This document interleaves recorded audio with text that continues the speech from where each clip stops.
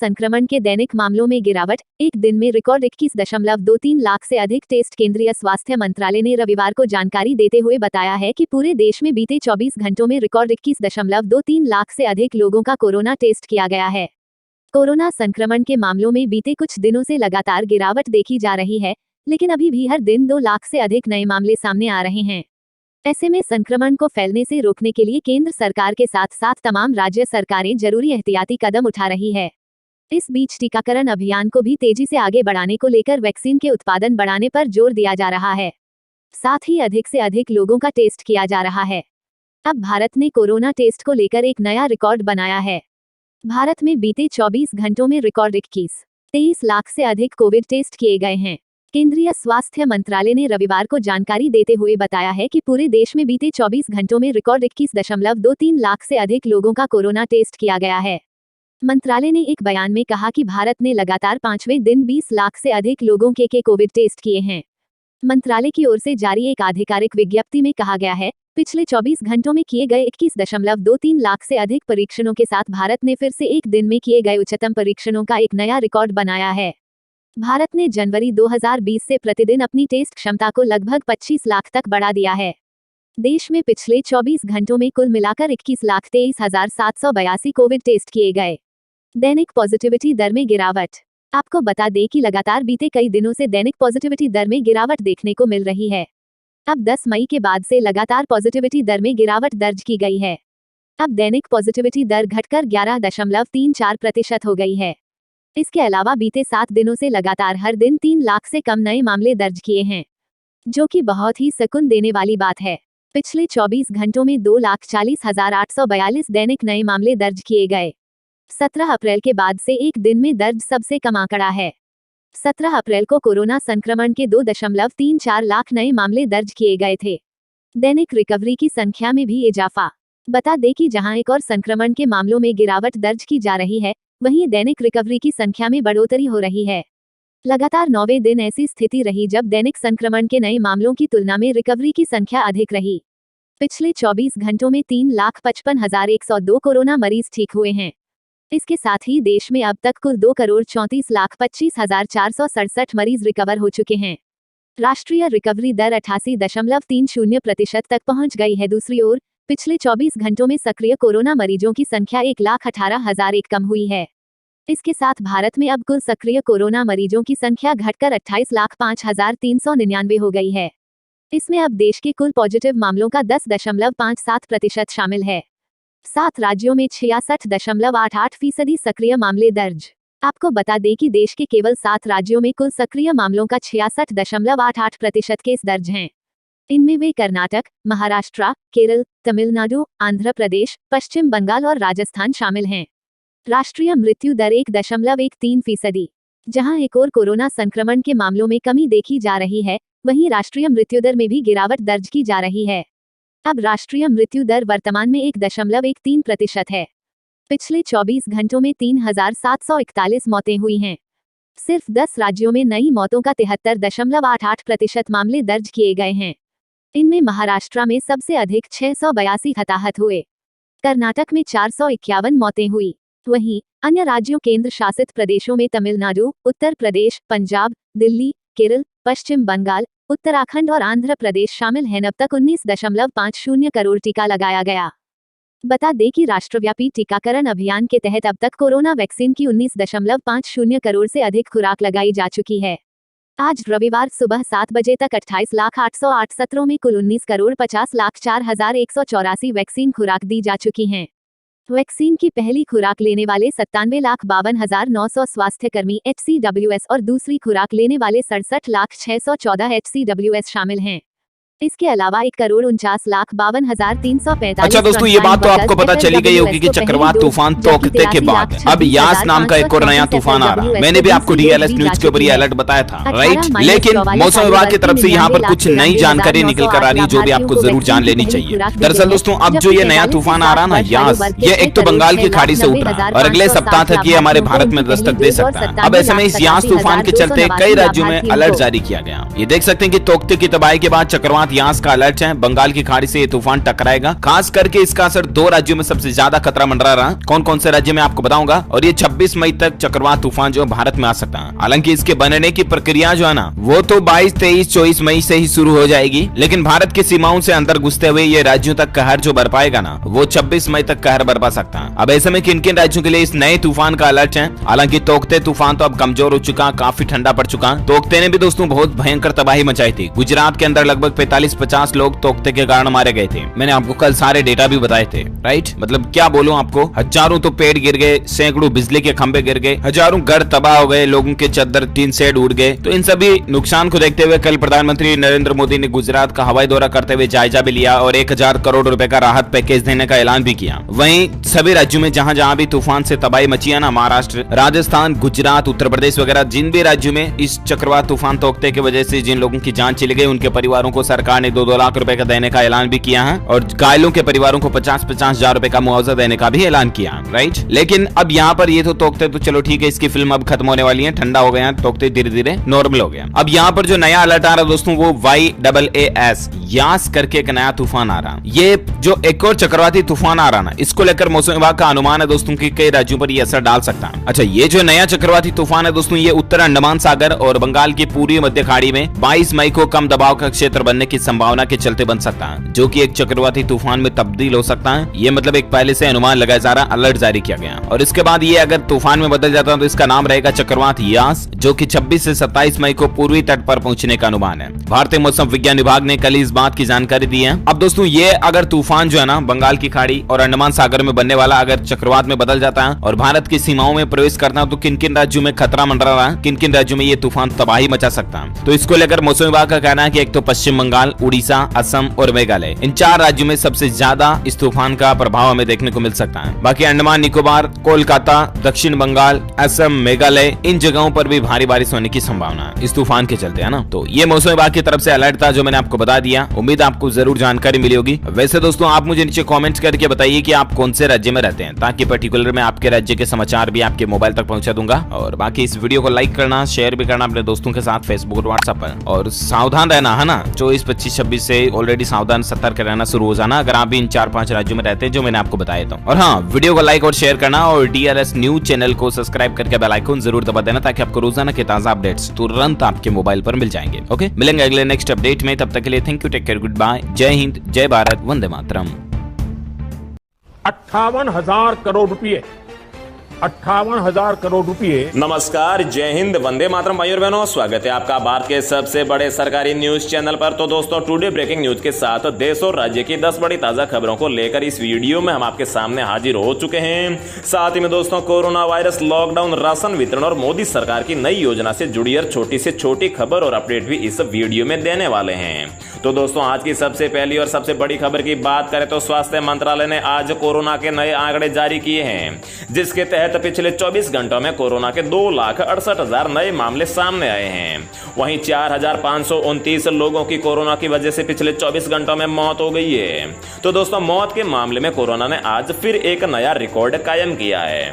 साथ ही इस राज्य सरकार ने किसानों को 10,000 रुपए, रेहड़ी पटरी वालों को 3,000 रुपए और मजदूरों को 2,000 रुपए सीधे उनके बैंक खाते में देने का ऐलान किया है। तो दोस्तों, किस किस राज्य के लोगों को ये फायदा मिलेगा वो भी जानेंगे। और 10वीं के छात्रों के लिए भी आज CBSE ने एक बड़ी घोषणा की है। इसके अलावा केंद्र सरकार ने आज किसानों के पक्ष में एक बहुत ही बड़ा और ऐतिहासिक फैसला लिया है, जिससे किसानों को आज से ही ये एक बड़ा फायदा होने वाला है। तो दोस्तों, आखिर में ऐसा कौन सा फैसला लिया गया है, कुछ ही देर में जानने को मिलेगा। और दोस्तों, कई राज्यों में आज एक बार फिर से लॉकडाउन को बढ़ा दिया गया है, तो कहीं लॉकडाउन को और ज्यादा सख्त किया गया है, तो कुछ राज्यों में लॉकडाउन को समाप्त करने का भी ऐलान हो चुका है। तो दोस्तों, ऐसे में आप लोगों को जान लेना चाहिए कि बीते 24 घंटों में भारत के किन किन राज्यों या फिर शहरों में लॉकडाउन लगाया गया है या फिर हटाया गया है, और ऐसे में क्या खुला रहेगा, क्या रहेगा बंद, सब कुछ इस वीडियो में जानने को मिलेगा। और दोस्तों, अगर आप लोगों के घर में माताएं बहनें खाना बनाने के लिए LPG गैस सिलेंडर का इस्तेमाल करती है, तो भी इस वीडियो में आप लोगों के लिए एक फायदे की खबर लेकर आए हैं। तो दोस्तों, इन्हीं सभी खबरों को एक एक करके इस वीडियो में हम आपको देने वाले हैं। चलिए खबरों का सिलसिला शुरू करते हैं। लेकिन दोस्तों, आगे बढ़ने से पहले मेरी आपसे एक छोटी सी गुजारिश है कि अगर आप इस चैनल पर पहली बार आए हैं तो चैनल को सब्सक्राइब कर लीजिए और साथ ही में वीडियो को एक लाइक भी जरूर कर दीजिए। तो दोस्तों आज की सबसे पहली और सबसे बड़ी खबर की बात करें तो किसानों के पक्ष में केंद्र सरकार का ऐतिहासिक फैसला। अब डीएपी फर्टिलाइजर के हर बैग पर मिलेगी 1200 रुपए की सब्सिडी। जी हां दोस्तों, केंद्र सरकार ने किसानों के पक्ष में ऐतिहासिक फैसला लेते हुए तय किया है कि डीएपी फर्टिलाइजर मतलब कि खाद के एक बैग पर अब किसानों को 1200 रुपए की छूट दी जाएगी। प्रधानमंत्री नरेंद्र मोदी की अध्यक्षता में हुई उच्च स्तरीय बैठक में डीएपी फर्टिलाइजर पर दी जाने वाली सब्सिडी में 140% इजाफे का फैसला किया है। इससे किसानों को 2400 रुपए में मिलने वाला डीएपी फर्टिलाइजर का एक बैग अब 1200 रुपए में ही मिल जाएगा। हालांकि इस फैसले के बाद केंद्र सरकार को सब्सिडी के मद में 14,775 करोड़ रुपए का अतिरिक्त खर्च आएगा। बता दें कि अब तक डीएपी फर्टिलाइजर मतलब कि डीएपी खाद के एक बैग पर किसानों को सिर्फ 500 रुपए की ही छूट मिलती थी। तो दोस्तों आपको केंद्र सरकार का यह फैसला कैसा लगा है, अपनी राय कमेंट बॉक्स में जरूर बताइएगा। नेक्स्ट अपडेट की बात करें तो दोस्तों पीएम मोदी ने चक्रवात प्रभावित इस राज्य के लिए 1000 करोड़ की तत्काल सहायता की घोषणा की है। जी हां दोस्तों, प्रधानमंत्री नरेंद्र मोदी ने चक्रवात ताउते से प्रभावित गुजरात के लिए 1000 करोड़ रुपए की तत्काल आर्थिक सहायता की घोषणा की है। एक आधिकारिक विज्ञप्ति में यह जानकारी दी गई है। उन्होंने ताउते से प्रभावित सभी राज्यों में चक्रवात संबंधी घटनाओं में मारे गए परिजनों के लिए या फिर मारे गए लोगों के लिए 2-2 लाख रुपए और घायलों के लिए 50,000 रुपए के मुआवजे की भी घोषणा की है। प्रधानमंत्री ने गुजरात के मुख्यमंत्री विजय रूपाणी और शीर्ष अधिकारियों के साथ यहां चक्रवात की वजह से हुए नुकसान के आकलन के लिए समीक्षा बैठक के बाद में यह सहायता पैकेज को मंजूरी दी है। अगली बड़ी खबर की बात करें तो इस राज्य में लॉकडाउन प्रभावित लोगों के लिए 1250 करोड़ रुपए के पैकेज की घोषणा। जी हां दोस्तों, कर्नाटक के मुख्यमंत्री बीएस येदियुरप्पा की सरकार ने आज राज्य में लॉकडाउन से प्रभावित लोगों के लिए 1250 करोड़ रुपए के राहत पैकेज की घोषणा की है। इसके साथ ही मुख्यमंत्री ने कहा है कि अभी तक राज्य में लॉकडाउन को और बढ़ाने के बारे में कोई फैसला नहीं किया गया है। इस बारे में 24 मई से फैसला ले लिया जाएगा। 24 मई को राज्य में लॉकडाउन की मियाद खत्म हो रही है। तो दोस्तों हम आपको बता दें कि 1250 करोड़ रुपए के पैकेज में किन लोगों को क्या मिलेगा। तो हम आपको बता दें कि ऑटो टैक्सी चालकों को 3000 रुपए की वित्तीय सहायता दी जाएगी। फूलों की खेती करने वाले किसानों को 10,000 रुपए प्रति हेक्टेयर के हिसाब से दिए जाएंगे। फुटपाथ पर फूल सब्जी या फिर अन्य कोई भी जो हॉकर्स है उनको 3000 रुपए दिए जाएंगे। फिल्म लाइन में काम करने वाले लोगों को भी 3000 रुपए की वित्तीय सहायता दी जाएगी। प्रधानमंत्री गरीब कल्याण योजना के तहत सभी लोगों को 5 किलो मुफ्त जो है चावल दिया जाएगा और अनऑर्गेनाइज्ड श्रमिकों को 2000 रुपए सीधे उनके बैंक अकाउंट में भेजे जाएंगे। इस तरह से कोरोना काल में राज्य सरकार लोगों के खाते में टोटल 1250 करोड़ रुपए भेजेगी। तो दोस्तों आपको इस राज्य सरकार का ये फैसला कैसा लगा है, साथ ही में क्या आपके राज्य में भी ऐसा यहाँ पर नियम या फिर ऐसी योजना लागू होनी चाहिए या फिर नहीं, जरूर बताएं और आपके राज्य का भी नाम कमेंट बॉक्स में बताना बिल्कुल ना भूलिएगा। नेक्स्ट अपडेट की बात करें तो सीएम अशोक गहलोत का बड़ा फैसला, राजस्थान में महामारी घोषित हुआ ब्लैक फंगस। जी हाँ दोस्तों, गहलोत सरकार ने इसका ऐलान करते हुए कहा है कि ब्लैक फंगस अब खतरनाक रूप लेता जा रहा है और कई राज्यों में तेजी से फैल रहा है, इसलिए इस पर अधिक ध्यान देने की आवश्यकता है।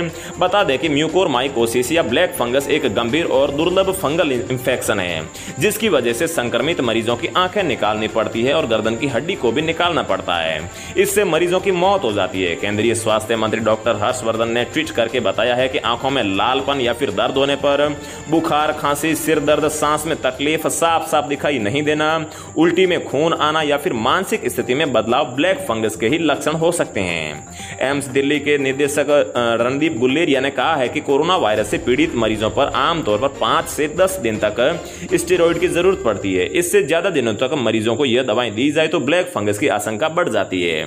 मतलब कि ब्लैक फंगस उन्हीं लोगों को हो रहा है जिन लोगों को कोरोना हुआ था और कोरोना के दौरान जिन लोगों को स्टेरॉइड ज्यादा मात्रा में दी जाती है उन्हें ही यहां पर ब्लैक फंगस का खतरा है। अगली खबर की बात करें तो खेत तालाब योजना में किसानों का ऑनलाइन रजिस्ट्रेशन हुआ शुरू, मिलेंगे ये बड़े लाभ।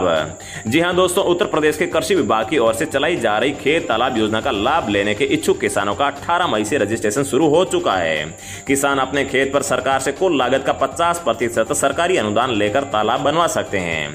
सबसे पहले यह योजना बुंदेलखंड में शुरू की गई थी। मतलब कि अगर आप कोई खेत में तालाब बनवाते हैं जो लगभग 7 लाख में बनता है तो उसकी आधी मतलब कि 3.5 लाख रुपए आपको सरकार सब्सिडी दे देगी।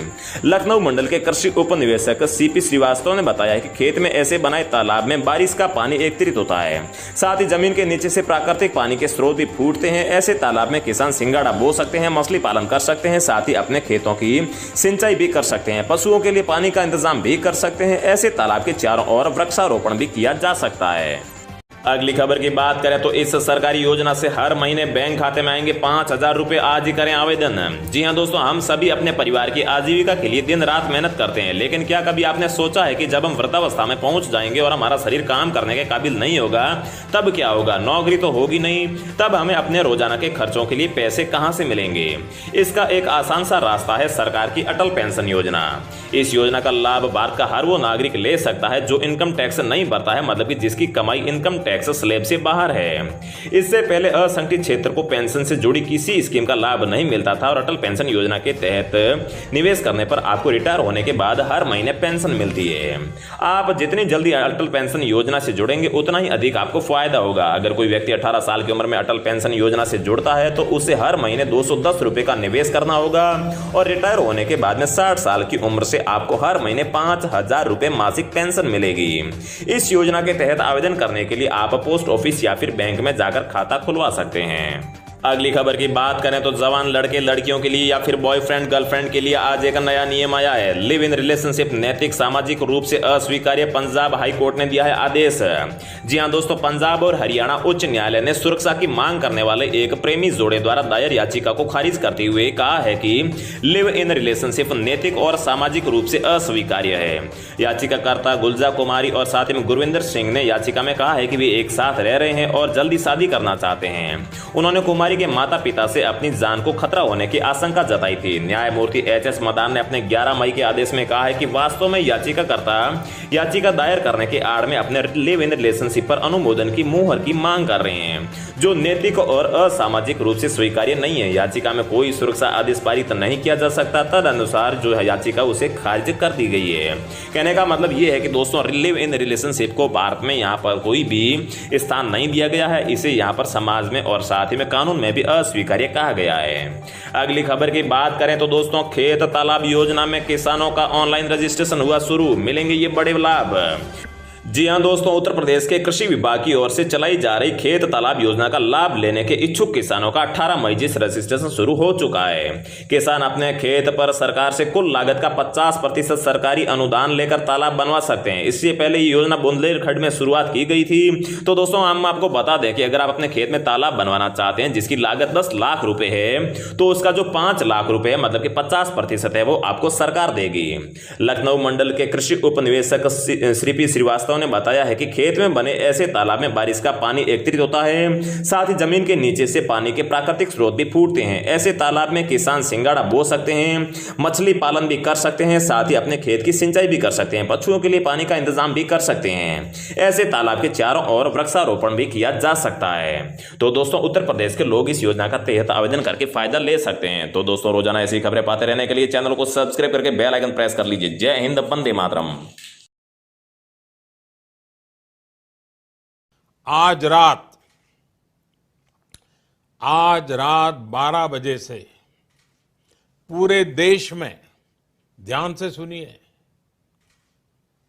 पूरे देश में। हेलो दोस्तों, नमस्कार। स्वागत है आप सभी का दिन भर के ताज़ा तरीन खबरों को लेकर। दोस्तों, देश भर की पूरी खबर को लेकर हम आपके सामने हाजिर हो चुके हैं। पूरी देश की खबर यहाँ पे हम आपको बताएंगे।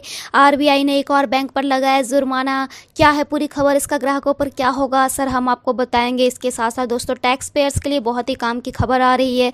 इसके साथ साथ दोस्तों, भारत में कोरोना वैक्सीन की डोज में गैप बढ़ा है, क्या है पूरी खबर, हम आपको बताएंगे। तो चलिए शुरू करते हैं सभी खबरों को विस्तार से। तो सबसे पहले मैं आपको बता दूं, जो आपकी सबसे महत्वपूर्ण खबर है वह है पूरे पिछले 24 घंटे में कोरोना के आंकड़ों को लेकर। तो दोस्तों, मैं आपको बता दूं, पिछले 24 घंटे में 2.67 लाख नए केस आए हैं। लेकिन अगर हम बात करते हैं इसमें मौत के आंकड़े को, तो 4,529 मरीजों ने अपनी जान भी गंवाई है। उसके साथ साथ दोस्तों, मैं आपको बता दूं, भारत में कोरोना वैक्सीन की डोज में गैप बढ़ा। आइए जानते हैं दूसरे देशों में वैक्सीन के क्या हैं नियम। तो भारत में लोगों को सबसे ज़्यादा कोविशील्ड वैक्सीन की डोज लग रही है। पहले लोग खुश थे कि 1 महीने से 2 महीने में उन्हें कोरोना वैक्सीन की दोनों डोज लग जाएंगी।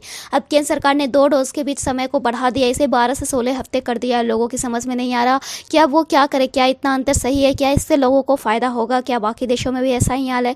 तो आइए जानते हैं कि किस देश में किस वैक्सीन के डोज के बीच कितना अंतर है। तो दोस्तों, मैं आपको बता दूं, कोविशील्ड की अगर बात करते हैं तो भारत में केंद्र सरकार ने कोविशील्ड के 2 डोज के बीच के अंतर को बढ़ाकर 12 से 16 हफ्ते कर दिया, यानी 3 से 4 महीने।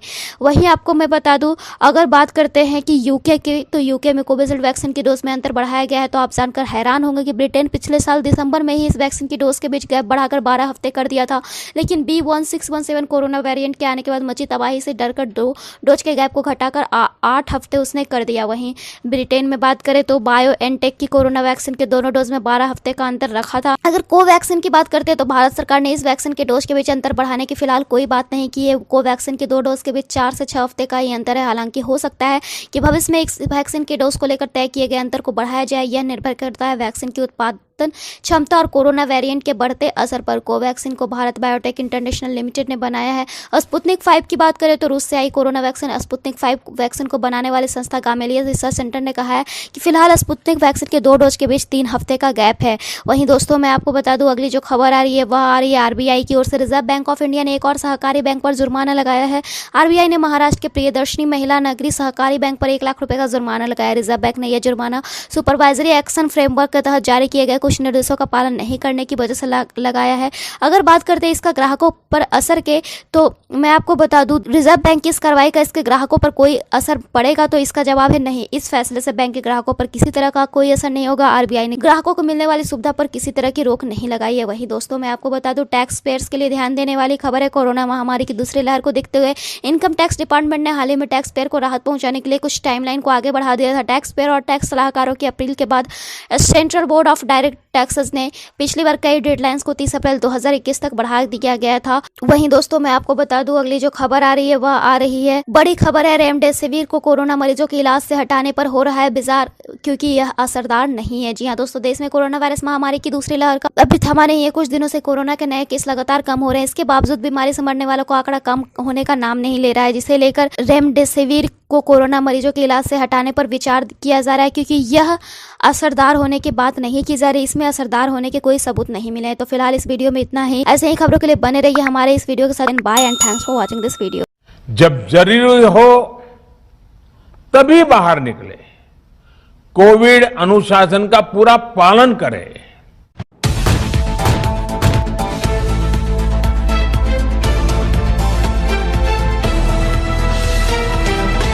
दोस्तों स्वागत करते हैं बिंदास खबरें में, जहां हम आपको बताते हैं देश दुनिया की ताजा बड़ी खबरें।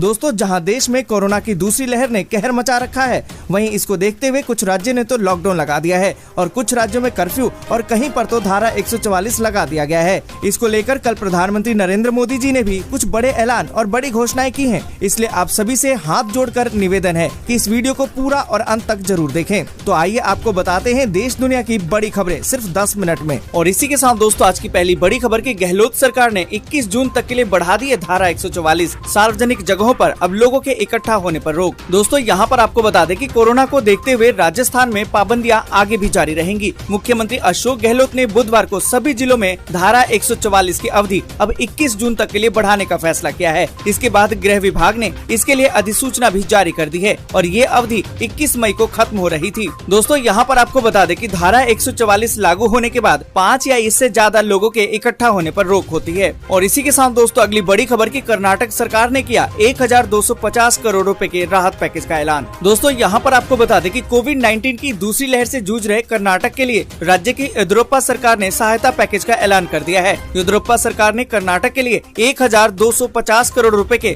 राहत पैकेज की घोषणा कर दी है। मंत्रिमंडल की बैठक के बाद कर्नाटक के सीएम बीएस येदियुरप्पा ने अलग अलग तबके के लिए सहायता पैकेज का ऐलान किया। दोस्तों यहाँ पर आपको बता दें कि ऑटो टैक्सी चालकों को 3000 रूपए की वित्तीय सहायता दी जाएगी, जबकि फूल की खेती करने वालों को भी 10,000 प्रति हेक्टेयर की मदद की जाएगी। वहीं फुटपाथ पर फूल और सब्जी बेचने वाले हॉकर्स को 3000 रूपए की मदद दी जाएगी। फिल्म लाइन वर्कर्स को भी 3000 रूपए की मदद दी जाएगी। प्रधानमंत्री गरीब कल्याण अन्न योजना के तहत सभी को 5 किलो चावल दिया जाएगा। अनऑर्गेनाइज्ड लेबर को भी 2000 रूपए की मदद दी जाएगी और सभी को सीधे बैंक अकाउंट में पैसे भेजे जाएंगे। और इसी के साथ दोस्तों अगली बड़ी खबर की सीबीएसई ने जारी किए निर्देश, 10वीं बोर्ड का रिजल्ट अब जुलाई में होगा घोषित। दोस्तों यहाँ पर आपको बता दें कि कोरोना महामारी के बढ़ते संक्रमण की वजह से central board of secondary education यानी कि सीबीएसई ने 10वीं बोर्ड की परीक्षा को पहले ही रद्द कर दिया है। अब इस बीच 10वीं के रिजल्ट की घोषणा जुलाई में जारी करने के निर्देश दिए गए हैं। और इसी के साथ दोस्तों अगली बड़ी खबर की सीएम शिवराज का ऐलान, 31 मई तक कर्फ्यू का सख्ती से हो पालन, जून में धीरे धीरे अनलॉक होगा एमपी।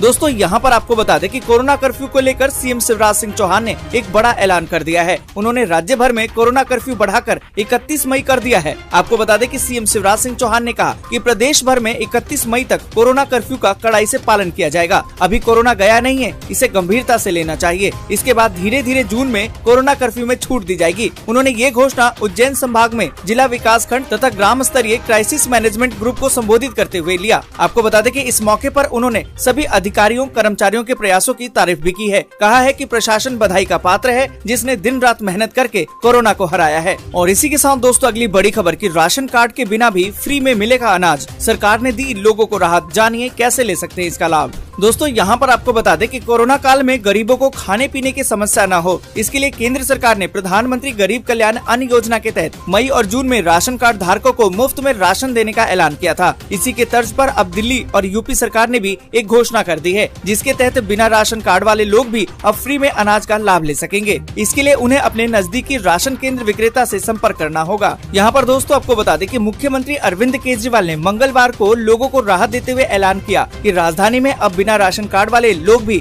राशन की दुकानों से मुफ्त में राशन ले सकेंगे। और इसी के साथ दोस्तों अगली बड़ी खबर की सुधर रहे हैं दिल्ली के हालात। 46 दिन बाद दिल्ली में कोरोना के नए मामले 4000 से भी कम। दोस्तों यहाँ पर आपको बता दें कि राष्ट्रीय राजधानी में एक दिन में कोविड-19 के 3846 नए मामले सामने आए, जो 5 अप्रैल के बाद सबसे कम दैनिक मामले हैं। आपको बता दें कि दिल्ली सरकार द्वारा जारी किए गए एक स्वास्थ्य बुलेटिन के अनुसार इस अवधि में संक्रमण से 235 और लोगों की मौत हो गई है। वहीं संक्रमण दर भी गिरावट के साथ 5.78% हो गई है। दोस्तों आगे बढ़े उससे पहले एक छोटी सी रिक्वेस्ट है, इस वीडियो को लाइक और दोस्तों के साथ शेयर करना बिल्कुल भी ना भूलें। अगर अभी तक आपने चैनल को सब्सक्राइब नहीं किया है तो सब्सक्राइब जल्दी से कर लें। और इसी के साथ दोस्तों अगली बड़ी खबर कि अब कोविड-19 से ठीक होने के 3 महीने बाद लगेगी वैक्सीन, सरकार का फैसला। दोस्तों यहाँ पर आपको बता दें कि केंद्रीय स्वास्थ्य मंत्रालय ने कोविड-19 टीकाकरण पर नई सिफारिशों को स्वीकार कर लिया है। दोस्तों आपको बता दें कि national expert group on vaccine administration for कोविड-19 द्वारा की गई नई सिफारिशों के अनुसार कोरोना वायरस से क्लिनिकल रिकवरी के बाद ही टीकाकरण को 3 महीने के लिए टाल दिया जाए। अब इन सिफारिशों को मंजूरी दे दी गई है। इसके बाद कोरोना से ठीक होने वाले सभी लोगों को वैक्सीन अब 3 महीने के बाद ही लग सकेगी। और इसी के साथ दोस्तों अगली बड़ी खबर की कोरोना की तीसरी लहर से निपटेगी दिल्ली सरकार, बच्चों के लिए बनेगा अब स्पेशल टास्क फोर्स। दोस्तों यहाँ पर आपको बता दें कि मुख्यमंत्री अरविंद केजरीवाल ने अधिकारियों को आग्रह किया है कि अगर कोरोना की तीसरी लहर आती है तो उससे लड़ने के लिए हमें पहले से ही तैयार रहना चाहिए। तीसरी लहर में बच्चों को बचाने के लिए विशेष टास्क फोर्स का गठन किया जाएगा। अस्पतालों में बेड्स, ऑक्सीजन और दवाओं का पहले से ही प्रबंध करने के लिए अधिकारियों की एक कमेटी बनेगी। यहाँ पर दोस्तों आपको बता दें कि अस्पतालों में ऑक्सीजन की आपूर्ति और उसकी उपलब्धता को लेकर प्राथमिकता के आधार पर काम होगा। मुख्यमंत्री ने निर्देश दिया है कि दिल्ली में लगाए जा रहे सभी ऑक्सीजन के प्लांट्स को समय से पूरा किया जाए, साथ ही भंडारण की व्यवस्था भी सुनिश्चित की जाए। और इसी के साथ दोस्तों अगली बड़ी खबर की खुशखबरी, रोज कमाने वाले परिवारों को अब हर महीने मिलेगा 1000 रूपए भरण पोषण भत्ता। दोस्तों यहाँ पर आपको बता दें कि उत्तर प्रदेश में कोविड-19 से उत्पन्न परिस्थितियों के मद्देनजर राज्य सरकार ने रोज कमाकर खाने वालों को प्रति परिवार 1000 रूपए प्रति माह दिए जाने का निर्णय लिया है। राजस्व विभाग के अनुसार कोरोना के चलते गरीब और जरूरतमंदों को तत्काल राहत पहुंचाने के उद्देश्य से सभी राशन कार्ड धारकों को 3 महीने का राशन भी निःशुल्क उपलब्ध कराया जाएगा। प्रति माह उपलब्ध कराई जाने वाली धनराशि निःशुल्क राशन के अतिरिक्त होगी। और इसी के साथ दोस्तों अगली बड़ी खबर की बॉम्बे हाई कोर्ट ने कहा कि घर घर वैक्सीनेशन कार्यक्रम शुरू करे बीएमसी, केंद्र की हरी झंडी की जरूरत नहीं। दोस्तों यहाँ पर आपको बता दें कि कोरोना की दूसरी लहर के बीच अब मुंबई में कोरोना वैक्सीनेशन को लेकर एक नई पहल की शुरुआत हो रही है। आपको बता दें कि बॉम्बे हाई कोर्ट ने कहा है कि अगर संभव हो तो बीएमसी घर घर जाकर वृद्ध और दिव्यांग लोगों को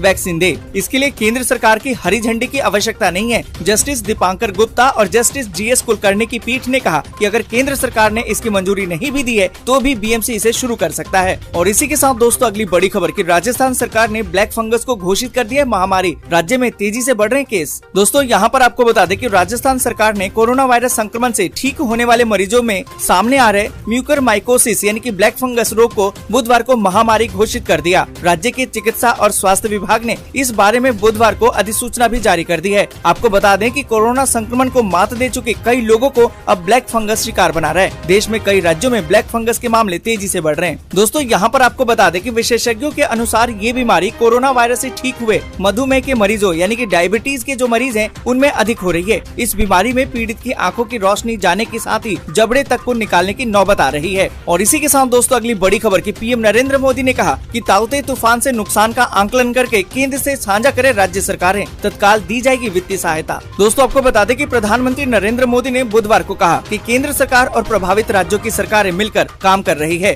राज्य सरकारें जैसे ही चक्रवाती तूफान ताउते से जो भी नुकसान हुआ है उसका आंकलन करें और केंद्र सरकार के साथ साझा करें, तत्काल वित्तीय सहायता प्रदान की जाएगी। साथ ही दोस्तों आपको बता दें कि गोवा के मुख्यमंत्री प्रमोद सावंत ने राज्य में चक्रवाती तूफान ताउते के कारण जान गंवाने वाले परिवारों के लिए 4 लाख रुपए की अनुग्रह राशि की घोषणा कर दी है। और इसी के साथ दोस्तों अगली बड़ी खबर की वोडाफोन आइडिया ग्राहकों के लिए बड़ी खुशखबरी, अब मुफ्त में मिलेगा 49 रुपए का प्लान। दोस्तों यहाँ पर आपको बता दें कि वोडाफोन आइडिया ने अपने 6 करोड़ के करीबन निम्न आय वाले ग्राहकों को 49 रुपए का मुफ्त प्लान देने की घोषणा कर दी है। महामारी के दौरान अपने ग्राहकों को कंपनी के साथ जोड़े रखने के लिए इस एक बारगी की सुविधा का प्लान का ऐलान किया गया है। कंपनी ने एक बयान में इसकी जानकारी देते हुए कहा कि इस समूह के ग्राहक यदि अपने मोबाइल सेवा के लिए 79 रुपए मूल्य का प्लान खरीदते हैं तो उन्हें इस पर करीबन दुगना लाभ होगा। दोस्तों आज के लिए बस यहीं तक। वीडियो आपको अच्छी लगी हो तो लाइक और शेयर जरूर कर दें। अगर अभी तक आपने चैनल को सब्सक्राइब नहीं किया है तो सब्सक्राइब जल्दी से कर लें।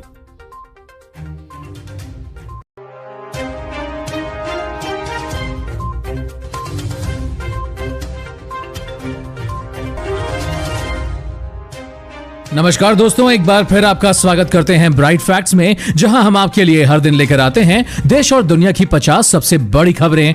दोस्तों आज देश से बहुत बड़ी बड़ी खबरें निकल कर आ रही हैं जो आपके लिए जानना बेहद जरूरी है, तो इस वीडियो को शुरू से लेकर आखिर तक जरूर देखिएगा। तो आइए बिना देरी शुरू करते हैं आज की खबरों का सिलसिला और जानते हैं देश की 50 बड़ी खबरें सिर्फ 10 मिनट में। भारत में कोरोना से मौत के टूटे सारे रिकॉर्ड, पहली बार हुई एक दिन में 4,529 लोगों की मौतें और मिले 24 घंटे में 2,67,000 नए मामले। गुजरात में कल ताउते तूफान ने मचाई तबाही, 16,000 से ज्यादा घर हुए तबाह, 45 से ज्यादा लोगों की हुई मौत।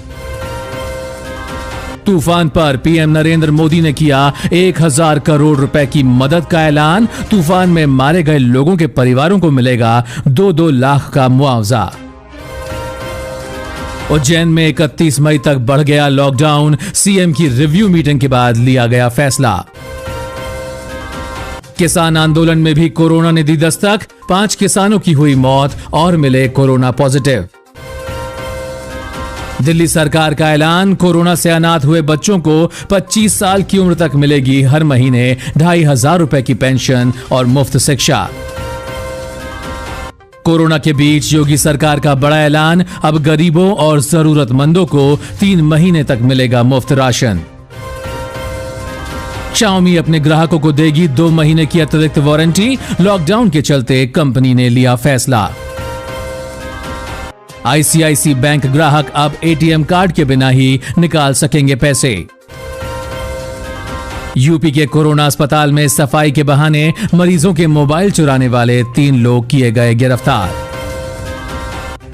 चक्रवाती तूफान ताउते के बाद एक और नए चक्रवात की आहट ने उड़ाई सरकार की नींद, 23 से 24 मई के आसपास बंगाल की खाड़ी में आएगा तूफान। कल दिल्ली, राजस्थान, उत्तर प्रदेश और मध्य प्रदेश में दिखा ताउते तूफान का असर, हुई जमकर बारिश। तेजी से पिघल रहा है बर्फ का पहाड़, पूरे विश्व में तबाही की आशंका, कुछ सालों में बांग्लादेश, मालदीव के डूबने का पैदा हुआ खतरा। गाजियाबाद में युवक की पीट कर हत्या, 4 बच्चों की मां से था प्रेम प्रसंग।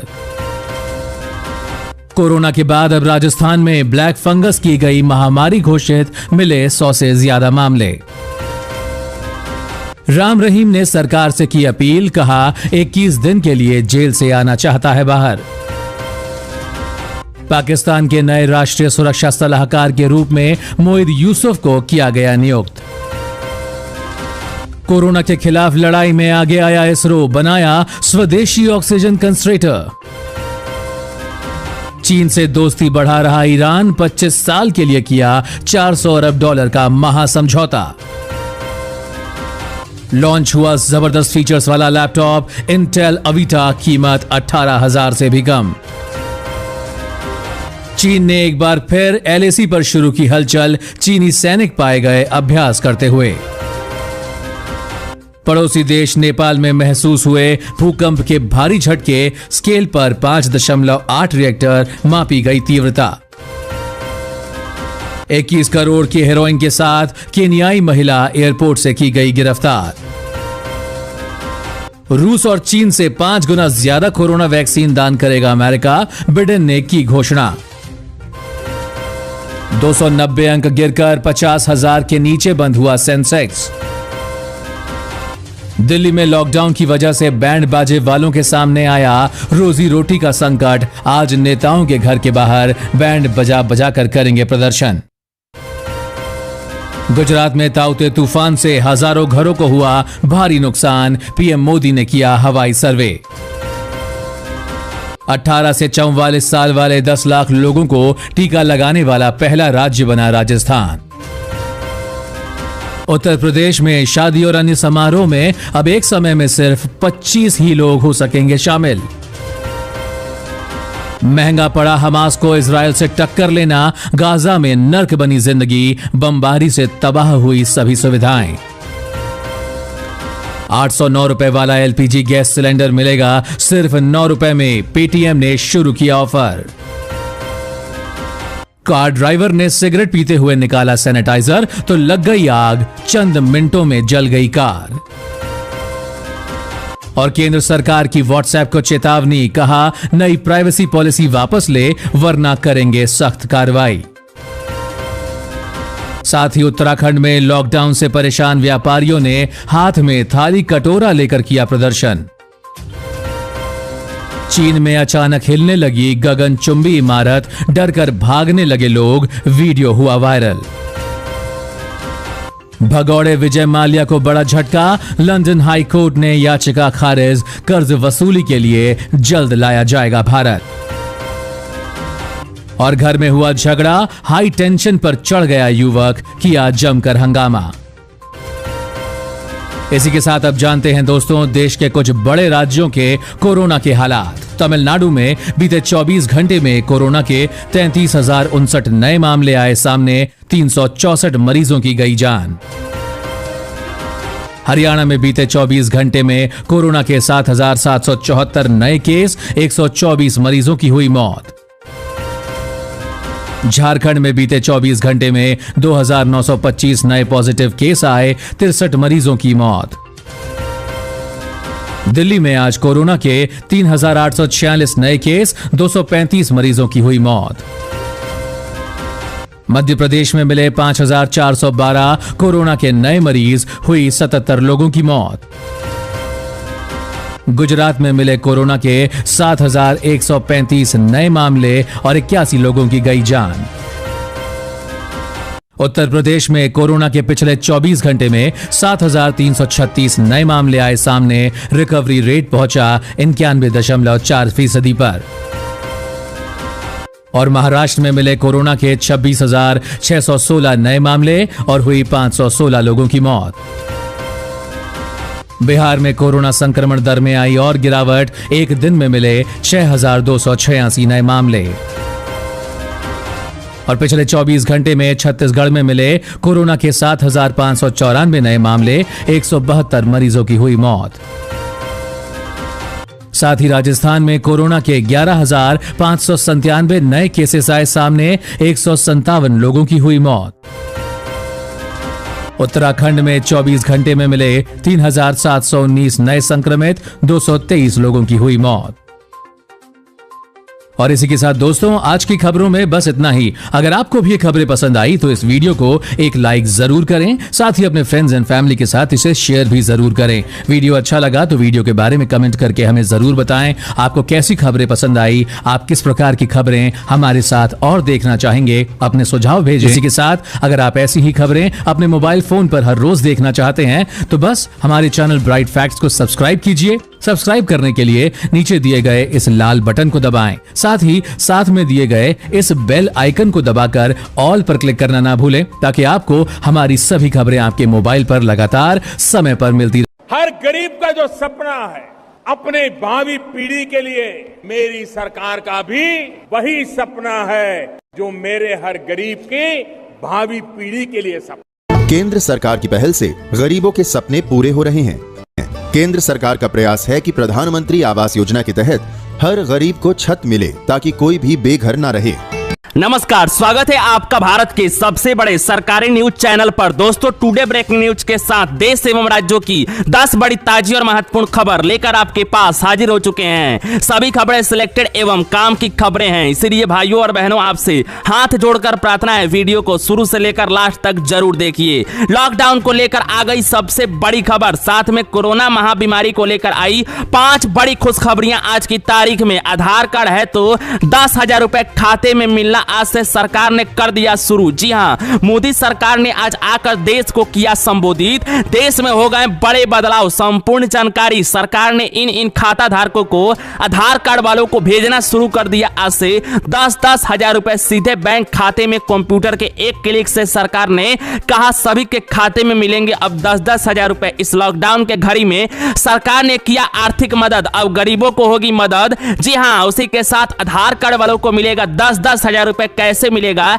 संपूर्ण जानकारी आ चुकी है। तो अगर आपके भी पास आधार कार्ड है खुद का, तो आप नीचे कमेंट बॉक्स में जरूर बताएं कि हमारे पास आधार कार्ड है। आपको हम पूरी जानकारी बताते हैं थोड़ी देरों में, ताकि आपके खाते में भी 10,000 रुपए इस लॉकडाउन में सरकार की तरफ से निकलकर आ सके। साथ में बेरोजगार छात्र और गरीबों भाई बहनों के लिए खुशखबरी। अब लॉकडाउन में ऐसा पहली बार हुआ है कि इन 5 विभागों में निकली है बम्पर भर्तियां। जी हां, बता दें, बिना परीक्षा बिना इंटरव्यू सीधे मेरिट के आधार पर हो रही है यह सरकारी नौकरी में बहाली। ऐसे करे आवेदन, मिलेगी सरकारी नौकरी। पुलिस विभाग, आंगनबाड़ी कार्यकर्ता, आंगनबाड़ी सहायिका, चपरासी और उसी के साथ डाक विभाग में निकली है इन स्थानों पर बम्पर भर्तियां। ऐसे करें आवेदन। बिजली बिल कनेक्शन धारकों के लिए बड़ी खबर। जी हां, बता दें, इस वक्त की अच्छी खबर निकल कर आ रही है, क्योंकि बिजली बिल कनेक्शन धारक अगर आप सभी हैं तो आप लोगों के लिए अच्छी खबर निकल कर आ चुकी है कि इस राज्य की सरकार ने 1 साल की बिजली बिल माफ करने के लिए किया है ऐलान। तो अगर आप सभी इस राज्य के किसी भी नागरिक हैं, कोई भी राज्य के, तो आप इस समाचार को जरूर सुने।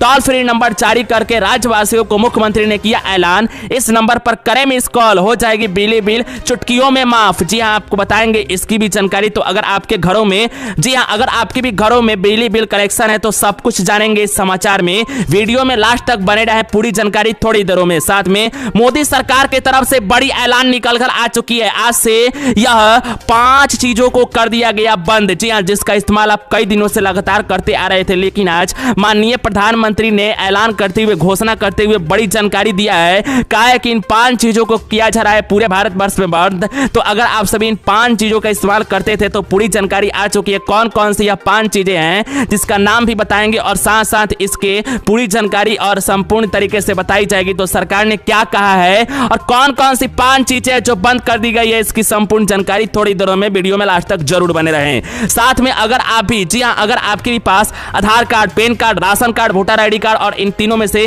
कोई एक कार्ड है तो आप लोगों के लिए जरूरी सूचना, सिर्फ 5 दिन बचे हैं इस काम को करने में, वरना सरकार की तरफ से सीधा Aadhaar card, PAN card, ration card कर दिया जाएगा। जी हां, आपके यह सभी कार्ड रखे रह जाएंगे। तो अभी सरकार की तरफ से ऐलान करते हुए पूरे देश भर में कर दिया गया यह नया नियम लागू और गाइडलाइन। जी हां, आपको बता दें कि अगर आप सभी भारत के देशवासी हैं और आपको इसको पालन तो जरूर करना होगा, तो कौन कौन से नए गाइडलाइन और नियम Aadhaar card, PAN card, ration card वालों को आज से निभानी होगी, इसकी संपूर्ण जानकारी आ चुकी है। सभी जानकारी आप लोगों को मिलेगी आज के इस सरल और साधारण वीडियो में। तो वीडियो में लास्ट तक जरूर बने रहें। संपूर्ण जानकारी सरल और साधारण शब्दों में आपको बताएंगे ताकि समझने में और भी आसानी हो। तो पूरी जानकारी थोड़ी देरों में। साथ में रसोई गैस सिलेंडर वालों के लिए बड़ी खबर। रसोई गैस सिलेंडर को लेकर हो गया बड़ा बदलाव देश में। जी हां, बड़ा बदलाव, बड़े नियम लगा दिया गया पूरे देश भर में। यह गाइडलाइन के साथ रसोई गैस सिलेंडर वालों को अब पालन करना होगा। इसके मुताबिक अगर आपके भी घरों में रसोई गैस सिलेंडर है तो एजेंसी वाले यह बात को नहीं बताएंगे, जो बात आज सरकार ने बड़ी घोषणा करके बताया है। तो आपको बता दें कि सुबह सुबह आज की ताजी खबर में बताई गई है, सरकार की तरफ से वो जानकारी आपको देंगे, क्योंकि रसोई गैस सिलेंडर धारकों के लिए सरकार ने कुछ अहम बदलाव किए हैं और गाइडलाइन के साथ नए नियम लगाए गए दिए गए हैं। तो इसकी भी जानकारी आप लोगों को मिलेगी। तो इस समय की बड़ी खबर आ चुकी है रसोई गैस सिलेंडर को लेकर। तो क्या है खबर, अगर आपके भी घरों में है रसोई गैस सिलेंडर तो इस खबर में बने रहें। पूरी जानकारी सरल और साधारण शब्दों में थोड़ी देरों में लास्ट तक जरूर बने रहें। साथ में अगर आपके भी पास राशन कार्ड है तो प्रधानमंत्री ने किया घोषणा, मोदी सरकार ने कर दिया राशन कार्ड पर बड़ा बदलाव। जी हां, बता दें कि अगर आपके भी पास राशन कार्ड है, आप राशन लेते हैं, कोई भी एक व्यक्ति पर 5 किलो राशन फ्री में दिया जा रहा है इस वक्त 2 महीने के लिए लॉकडाउन के अंतर्गत। तो अगर आप भी राशन कार्ड रखे हुए हैं तो आप लोगों के लिए बड़ी खबर निकल कर आ चुकी है। नरेंद्र मोदी ने आकर सीधे यहां पर घोषणा किया है, एक ऐसी गाइडलाइन निकाल दिया है जिसमें बड़े बदलाव कर दिए गए हैं। तो आपको बता दें कि पूरी जानकारी इस समाचार के अंतर्गत आपको मिलेगी। ब्रेकिंग न्यूज, ताजी खबर, मुख्य समाचार। प्रधानमंत्री नरेंद्र मोदी ने किया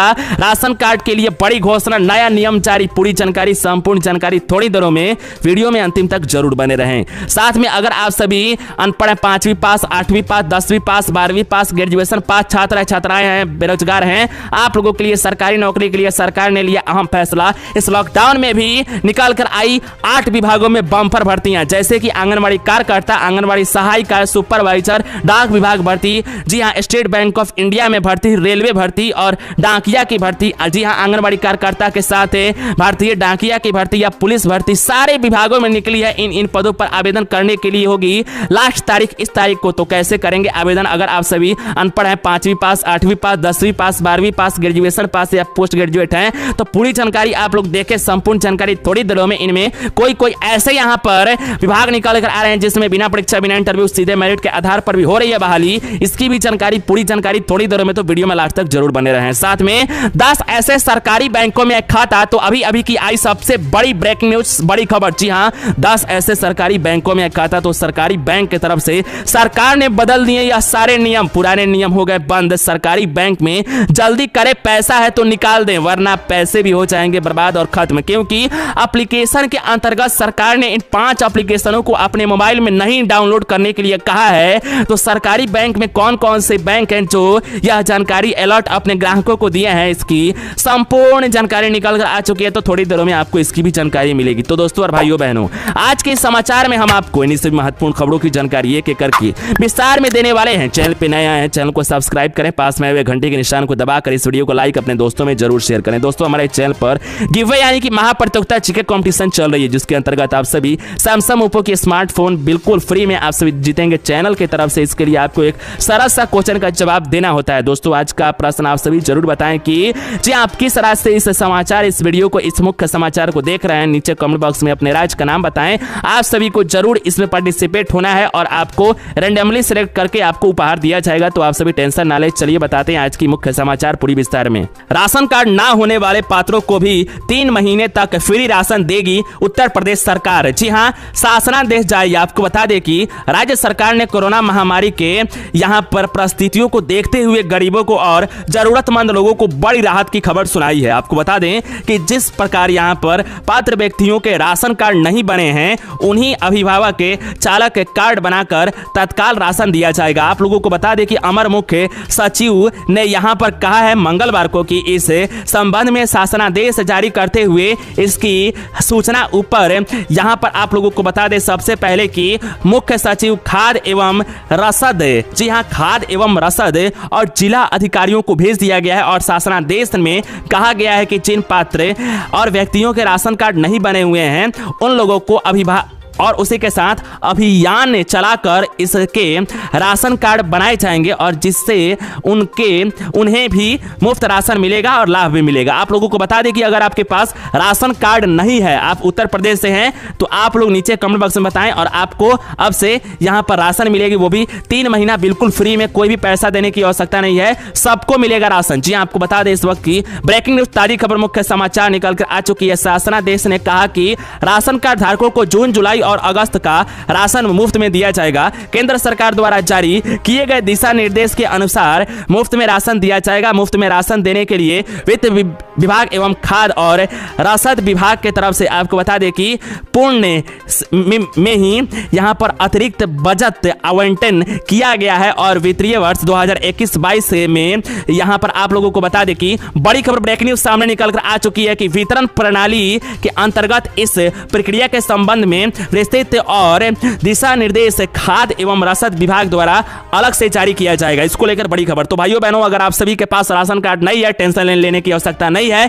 3 महीने तक राशन बिल्कुल फ्री में यूपी सरकार आप लोगों को देगी। चलिए बढ़ते हैं अगली खबर विस्तार में जान लेने के लिए। अपनी बेटिया की उज्जवल भविष्य के लिए इस योजना में करें निवेश, उच्च शिक्षा और शादी में मिलेगी मदद। जी हां, आपको बता दें कि अगर आप अपनी बेटियों की उच्च शिक्षा देखना चाहते हैं, शादी अच्छे घर में करना चाहते हैं, उसकी मदद चाहिए, तो आपकी बेटी के उज्जवल भविष्य के लिए इस योजना में आपको करना होगा निवेश। जी हां, तो आपको बताएंगे। सबसे पहले बता दें कि भारतीय डाक के विभाग के वेबसाइट के अनुसार न्यूनतम 250 रुपए की राशि इस खाते में खुलवाया जा सकता है। आप लोगों को बता दें, जैन कोई भी यानी कि बकायल जैन कोई भी व्यक्ति इस स्कीम 1 साल तक न्यूनतम 250 रुपए से लेकर अधिकतम 1.5 लाख रुपए तक निवेश कर सकता है। उसी के साथ आपको बता दें कि एक्सपर्ट इस बात पर जोर डालते हैं कि हमें कोई उम्र से ही यानी नौकरी की शुरुआत के साथ ही बचत और निवेश की आदत डालनी शुरू कर देनी चाहिए। उसको लेकर खबर निकल कर आ रही है कि आप अपनी बेटियों की अगर उज्जवल भविष्य देखना चाहते हैं तो आप इस योजना में जरूर पार्टिसिपेट करें और अपनी बेटियों की उज्जवल भविष्य कराएं। तो दोस्तों और भाइयों बहनों, आज के समाचार में इतना ही। नए आए हैं तो चैनल को जरूर सब्सक्राइब करें, इस वीडियो को लाइक अपने दोस्तों में जरूर शेयर करें। मिलते हैं नई वीडियो में। जय हिंद, वंदे मातरम। इस वक्त की बड़ी खबर की सारी परीक्षाएं रद्द कर दी गई हैं। बड़ी खबर आपको बता दें कि 10वीं बोर्ड की परीक्षाएं हो चुकी हैं रद्द। कोरोना का खतरा लगातार मंडराता हुआ नजर आ रहा है और एहतियातन के तौर पर कई बड़े कदम उठाए जा रहे हैं।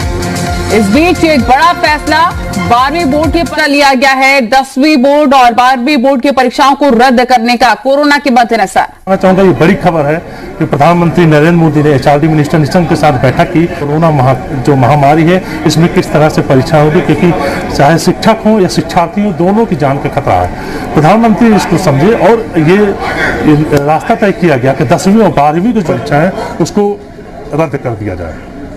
निश्चित तौर पर एक कई बड़े फैसले लिए जा रहे हैं और स्टूडेंट्स के लिहाज से बहुत ज्यादा इंपॉर्टेंट भी हो जाए।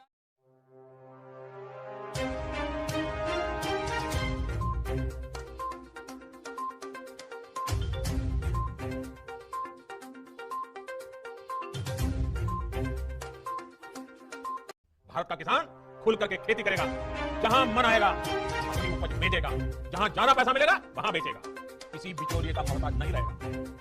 नमस्कार, जय हिंद, वंदे मातरम सभी किसान भाइयों का। जी हां सभी किसान भाइयों, आपको बता दें कि आप सभी किसान भाइयों के लिए एक बड़ी खुशखबरी निकल के आ चुकी है, क्योंकि हमारे देश के प्रधानमंत्री जी ने खुद लाइव आकर एक बड़ा ऐलान कर दिया है उन सभी किसान भाइयों के लिए। जी हां, उन सभी किसान भाई जो भी किसान भाई 8वीं किस्त का इंतजार कर रहे थे, उन सभी किसान भाइयों के लिए एक बड़ी खुशखबरी निकल के आ चुकी है, क्योंकि सभी किसान भाइयों के खाते में पीएम किसान सम्मान निधि 2,000 रुपए की राशि जाना शुरू हो चुका है। तो दोस्तों, अभी तक आप सभी किसान भाइयों के खाते में 2,000 रुपए की राशि नहीं आई है, तो आपको यह पैसा कैसे मिलेगा और अब कौन सा काम करना होगा, इसी के बारे में आज की इस वीडियो में हम आप सभी किसान भाइयों को बताने वाले हैं। वही साथ में उन सभी किसान भाइयों को बता दें कि जिनका नाम पीएम किसान सम्मान निधि में रजिस्टर हो चुका है, दोस्तों बता दें कि 4 लाख से अधिक किसानों का नाम लिस्ट से हटा दिया गया है। तो दोस्तों आपका भी नाम कहीं इस लिस्ट में तो नहीं है, इसके बारे में आज के इस वीडियो में बताएंगे और साथ में बताएंगे कि अगर आपके खाते में 8वीं किस्त आ चुकी है तो आप कैसे चेक कर सकते हैं, इसकी भी संपूर्ण जानकारी देंगे। तो आप लोग इस वीडियो में बिना काटे भगाए अंत तक जरूर बने रहेगा। उन सभी किसान भाइयों को बता दें कि बजट 2021 में एक नई घोषणा निकल के आ चुकी है। जी हाँ दोस्तों, बता दें कि बजट में जी हाँ मोदी सरकार ने कहा डाला है कि उन सभी किसान भाइयों को खाद का भी पैसा दिया जाएगा। तो यह खाद खाद का पैसा आप सभी किसान भाइयों को कब से मिलने वाला है, इसके लिए आपको कौन कौन से डॉक्यूमेंट जमा करना होगा, इसकी हम संपूर्ण जानकारी देंगे। तो आप लोग इस वीडियो में बिना काटे भगाए अंत तक जरूर बने रहिएगा। वही साथ में उन सभी किसान भाइयों को बता दें कि 4 लाख से अधिक किसान भाइयों का नाम लिस्ट से हटा दिया गया है। जी हाँ दोस्तों, बता दें कि मोदी सरकार ने एक बड़ी पहल चालू की है, जिसके अंतर्गत आपको बता दें कि साल में 3 बार आप सभी किसान भाइयों को 2-2 हजार रुपए की राशि आपके खाते में देती है, यानी 6,000 रुपए सालाना आप सभी किसान भाइयों को मिलता है। तो दोस्तों बता दें कि मोदी सरकार ने कह डाला है कि जी हाँ दोस्तों, आप सभी किसान भाइयों के खाते में भेजे जाएंगे 8वीं किस्त 2,000 रुपए की राशि और साथ में खाद का भी पैसा दिया जाएगा उन सभी किसान भाइयों को लिए। तो दोस्तों आपको यह पैसा कब से मिलेगा, इसकी हम संपूर्ण जानकारी देने वाले हैं। तो आप सभी किसान भाइयों, आप हमें नीचे कमेंट करके बताएंगे कि अभी तक आप लोगों को 8वीं किस्त का पैसा मिला है कि नहीं मिला है, और साथ में जो मोदी सरकार ने 7वीं किस्त यानी 7 किस्त का पैसा उन सभी किसान भाइयों के खाते में भेज दिए। तो आप सभी किसान भाइयों को कौन सा किस्त का पैसा नहीं मिला है, आप हमें नीचे जरूर कमेंट कर दीजिएगा। वही बता दें कि मोदी सरकार की तरफ से एक बड़ी घोषणा निकल के आ चुकी है, तो इसके ही बारे में आज की इस वीडियो में हम आपको सभी किसान भाइयों को बताने वाले हैं। उससे पहले आप सभी किसान भाइयों,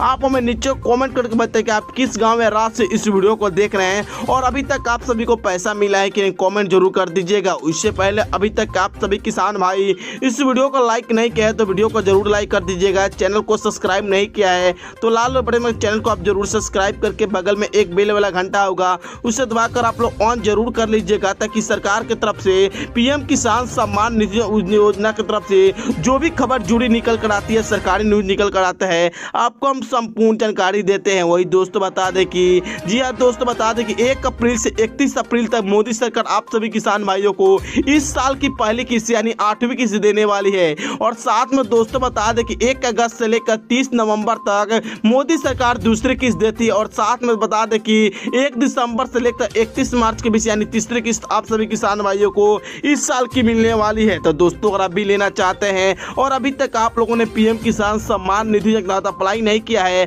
और आप अगर अपना लिस्ट में नाम चेक करना चाहते हैं कि आपका लिस्ट में नाम कटा है कि नहीं कटा है और अभी तक आप सभी को पैसा आया है कि नहीं, तो दोस्तों बता दें कि पीएम किसान सम्मान निधि योजना के आप वेबसाइट पर जाकर जी हाँ pmkisan.gov.in पर जाकर चेक कर सकते हैं कि आपके खाते में जी हाँ पैसे आए हैं कि नहीं आए हैं। तो दोस्तों वेबसाइट पर जाकर फार्मर जी हाँ कॉर्नर पर आप जाकर चेक कर सकते हैं। दोस्तों बता दें कि जी हाँ दोस्तों बता दें, अगर आपकी जमीन जी हाँ और आपका भी लिस्ट में नाम जुड़वाना चाहते हैं, मोदी सरकार की तरफ से पैसा लेना चाहते हैं, तो आप सभी किसान भाइयों बता दें कि मेरे यूट्यूब चैनल के माध्यम से 25,000 से अधिक लोग इस योजना का लाभ ले चुके हैं। तो दोस्तों अगर आप भी लेना चाहते हैं मोदी सरकार की तरफ से, तो दोस्तों अगर आपके मोबाइल में व्हाट्सएप या फेसबुक हुआ तो आप लोग इस वीडियो को शेयर कर दीजिएगा 10 लोग के पास। जैसे ही 10 लोग के पास शेयर करते मेरे कंप्यूटर सिम का जैसे आपका शुभ नाम अंकित हो जाएगा। जी हाँ नमस्कार दोस्तों, स्वागत है आपका दिन भर की बड़ी खबरों में। जी हाँ दोस्तों, बड़ी खबर है पंजाब से। पंजाब में गहराया सियासी संकट, कांग्रेस पार्टी के नेताओं के खिलाफ एक्शन से गिरे मुख्यमंत्री कैप्टन अमरिंदर सिंह। मुख्यमंत्री के खिलाफ हुई बगावत है। तो वहीं पर अगली बड़ी खबर में हम आपको बताएंगे कि कोरोना महामारी के बीच एक्शन में मोदी सरकार, ऑक्सीजन सिलेंडर की कालाबाजारी करने वालों के ऊपर एक्शन है। दिल्ली, उत्तर प्रदेश और हरियाणा समेत कई जगह ताबड़तोड़ गिरफ्तारियां। तो वहीं पर अगली बड़ी खबर में हम आपको बताएंगे कि टोल किट मामला भारतीय जनता पार्टी को पड़ा भारी। टोल किट केस में संबित पात्रा व भारतीय जनता पार्टी के उपाध्यक्ष रमन सिंह के खिलाफ छत्तीसगढ़ में दर्ज हुआ मुकदमा, एनएसयूआई ने की थी शिकायत। तो वहीं पर अगली बड़ी खबर में हम आपको बताएंगे कि कांग्रेस पार्टी के नेताओं ने टोल किट मामले में लताड़ा स्मृति ईरानी को। कांग्रेस पार्टी के नेता ने स्मृति ईरानी को बताया स्टूपिड आंटी। स्मृति ईरानी ने राहुल गांधी से कहा कि इन्हें कुछ सिखाओ ताकि कांग्रेस पार्टी प्रगति कर पाए। तो वहीं पर अगली बड़ी खबर में हम आपको बताएंगे कि बिहार सरकार की कोरोना प्रबंधन की खुली पहल है। कोरोना संकट नहीं मिली ऑक्सीजन, उत्तर दरभंगा के अस्पताल में तड़प तड़प कर महिला ने तोड़ा दम। वीडियो सोशल मीडिया के ऊपर हुआ वायरल। बिहार की भाजपा गठबंधन सरकार की खुली पहल है।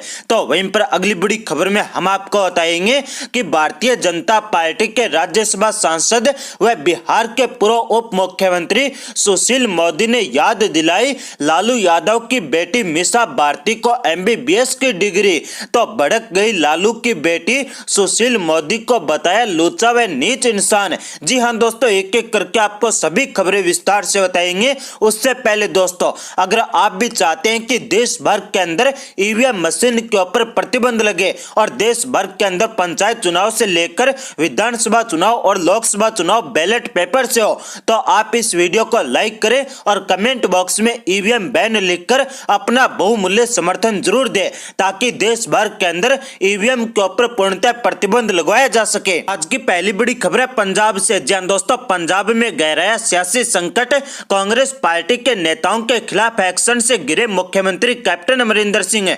मुख्यमंत्री अमरिंदर सिंह के खिलाफ पंजाब में हुई बगावत है। जी हां दोस्तों, आपको बता दें कि पंजाब में कांग्रेस पार्टी के बीच जारी कलह लगातार बढ़ती जा रही है।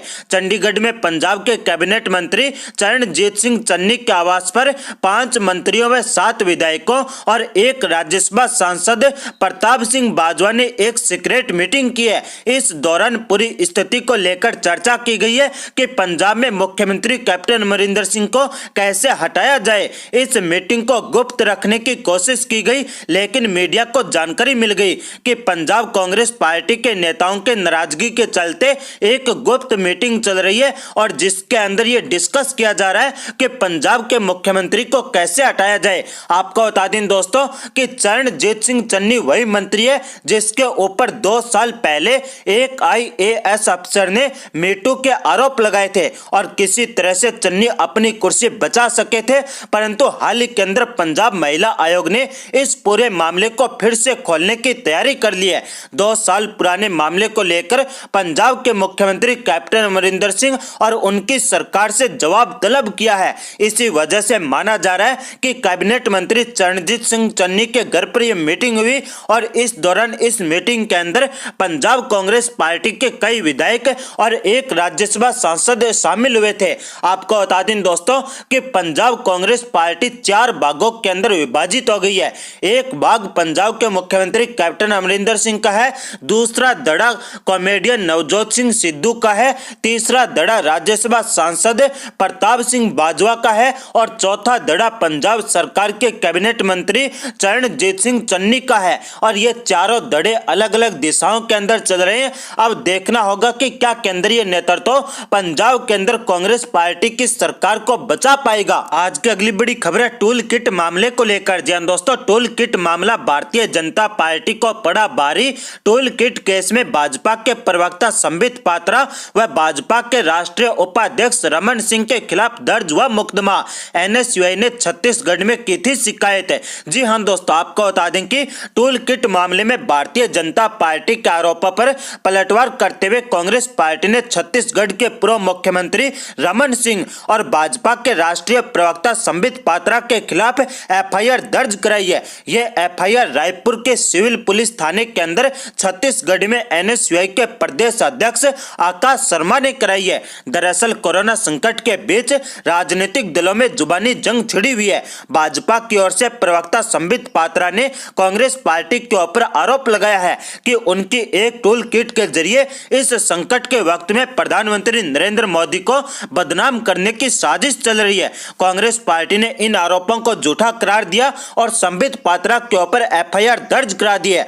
छत्तीसगढ़ NSUI की तरफ से पूर्व मुख्यमंत्री रमन सिंह और बीजेपी प्रवक्ता संबित पात्रा के खिलाफ FIR दर्ज कराई गई है। आपको बता दें कि टूल किट मामले में NSUI के प्रदेश अध्यक्ष आकाश शर्मा ने छत्तीसगढ़ की राजधानी रायपुर के सिविल थाने के अंदर शिकायत दर्ज कराई है, जिसके बाद पुलिस ने शिकायत के आधार पर अब FIR दर्ज कर लिए और छत्तीसगढ़ पुलिस जल्दी ही दिल्ली के लिए रवाना होगी, जहां से संबित पात्रा को गिरफ्तार करके छत्तीसगढ़ लाया जाएगा। आपको बता दें दोस्तों कि FIR के अंदर IT रिसर्च सेल के लेटर हेड को जाली बताने और उसके ऊपर झूठी और मनगढ़ंत सामग्री इंटरनेट मीडिया के ऊपर साझा करने का आरोप लगाया है। साथ ही भाजपा के ऊपर आरोप लगा है कि भाजपा इस महामारी के दौरान दूसरे राजनीतिक दलों को बदनाम कर रही है और अपने कर्तव्यों का पालन न करते हुए मोदी सरकार लगातार झूठे तथ्यों के आधार पर अपनी नाकामियों को छिपाने की कोशिश कर रही है। आज की अगली बड़ी खबर है मोदी सरकार को लेकर। जी हां दोस्तों, कोरोना महामारी के बीच एक्शन में मोदी सरकार, ऑक्सीजन सिलेंडर की कालाबाजारी करने वालों के ऊपर एक्शन, दिल्ली, यूपी और हरियाणा में ताबड़तोड़ गिरफ्तारियां। जी हां दोस्तों, आपको बता दें कि कोरोना संकट के बीच कुछ लोग ऑक्सीजन सिलेंडर व दवाओं की कालाबाजारी करने से बाज नहीं आ रहे हैं। ऐसे में कल यानी बुधवार को पुलिस ने दिल्ली, हरियाणा और यूपी से इनकी कालाबाजारी में लिप्त कई लोगों को धर दबोचा। दिल्ली क्राइम ब्रांच ने जहां ऑक्सीजन सिलेंडर के नाम पर धोखाधड़ी करने वाले 4 लोगों को गिरफ्तार किया, तो वहीं पर हरियाणा पुलिस ने ऑक्सीजन व दवाओं की कालाबाजारी में शामिल 76 लोगों को गिरफ्तार किया है। यूपी में एसटीएफ ने 2 भाइयों को पकड़ा है। आपको बता दें दोस्तों कि दिल्ली क्राइम ब्रांच ने ऑक्सीजन सिलेंडर उपलब्ध कराने के नाम पर लोगों से ठगी करने वाले गिरोह का बुधवार को भंडाफोड़ किया। बिहार शरीफ और नालंदा के 4 लोगों को गिरफ्तार किया गया है। कोरोना महामारी के बीच ये लोग ऑक्सीजन सप्लाई देने के नाम पर पैसे इकट्ठा करके धोखाधड़ी करते थे।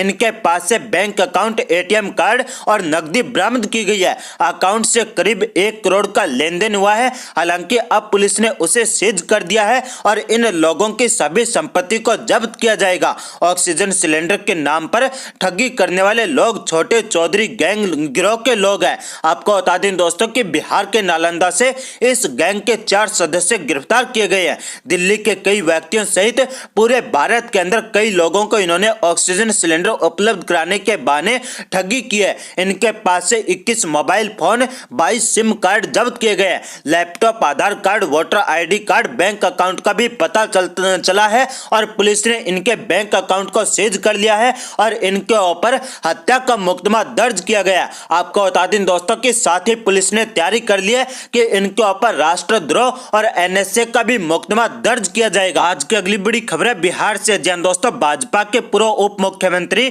व राज्यसभा सांसद सुशील मोदी ने याद दिलाई लालू यादव की बेटी मीसा भारती को एमबीबीएस की डिग्री, तो भड़क गई लालू यादव की बेटी। सुशील मोदी को बताया लुच्चा व नीच इंसान। जी हां दोस्तों, आपको बता दें कि बिहार में आरजेडी नेता तेजस्वी यादव के अपने सरकारी आवास में कोरोना केयर सेंटर खोले जाने के मामले ने तूल पकड़ लिया है। विरोधी इसे तेजस्वी की राजनीतिक नौटंकी बता रहे हैं, तो आरजेडी इसके जरिए सरकारी व्यवस्था के ऊपर निशाना साध रही है। इन सबके बीच लगातार लालू परिवार के ऊपर हमलावर रहने वाले बिहार के पूर्व उप मुख्यमंत्री सुशील मोदी और लालू यादव की बेटी रोहिणी आचार्य आमने सामने आ गए हैं। दरअसल सुशील मोदी ने तेजस्वी यादव की बहनों के ऊपर तंज कसा और पूछा कि उनकी 2 बहनें एमबीबीएस है, फिर कोरोना संक्रमण के दौरान उनकी सेवाएं क्यों नहीं ली गई। सुशील मोदी ने ट्वीट करते हुए लिखा कि तेजस्वी प्रसाद यादव को सरकारी आवास के बजाय अवैध तरीके से पटना में अर्जित दर्जनों मकानों में से किसी को कोरोना अस्पताल बनाना चाहिए था,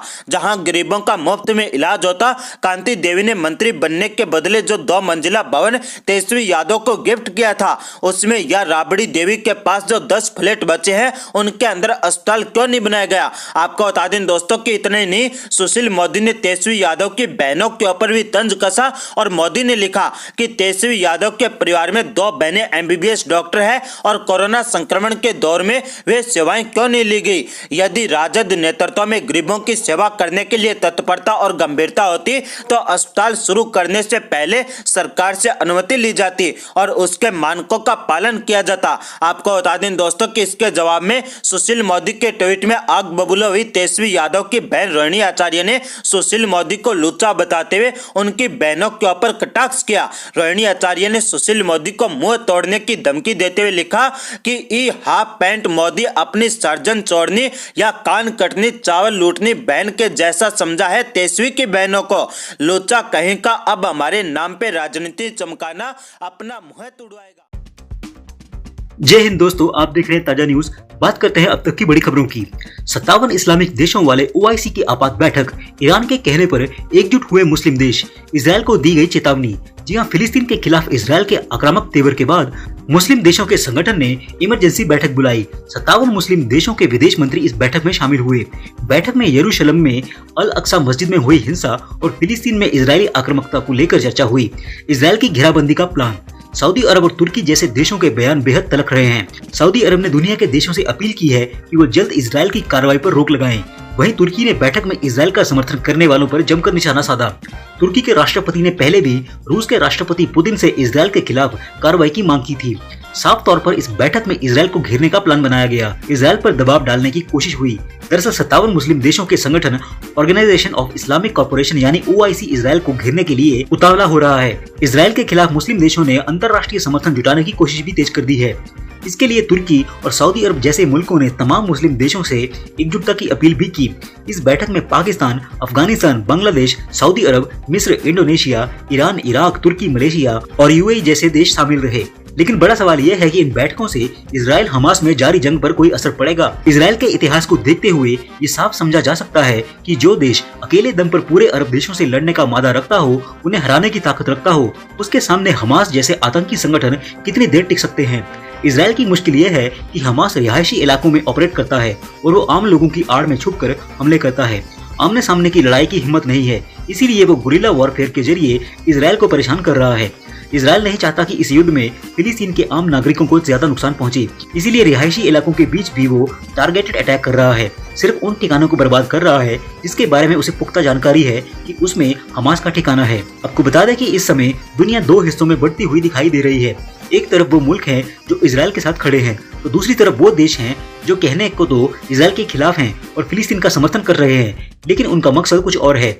ऐसे ही दो मुल्क हैं चीन और अमेरिका, जो दरअसल इजराइल के बहाने एक दूसरे के खिलाफ घेराबंदी का प्लान तैयार कर रहे हैं। इजराइल और फिलिस्तीनियों के टकराव पर चीन और अमेरिका में लड़ाई शुरू हो गई है। ताजा रिपोर्ट की माने तो चीन ने अमेरिका पर मुसलमानों की पीड़ा को नजरअंदाज करने का आरोप लगाया है।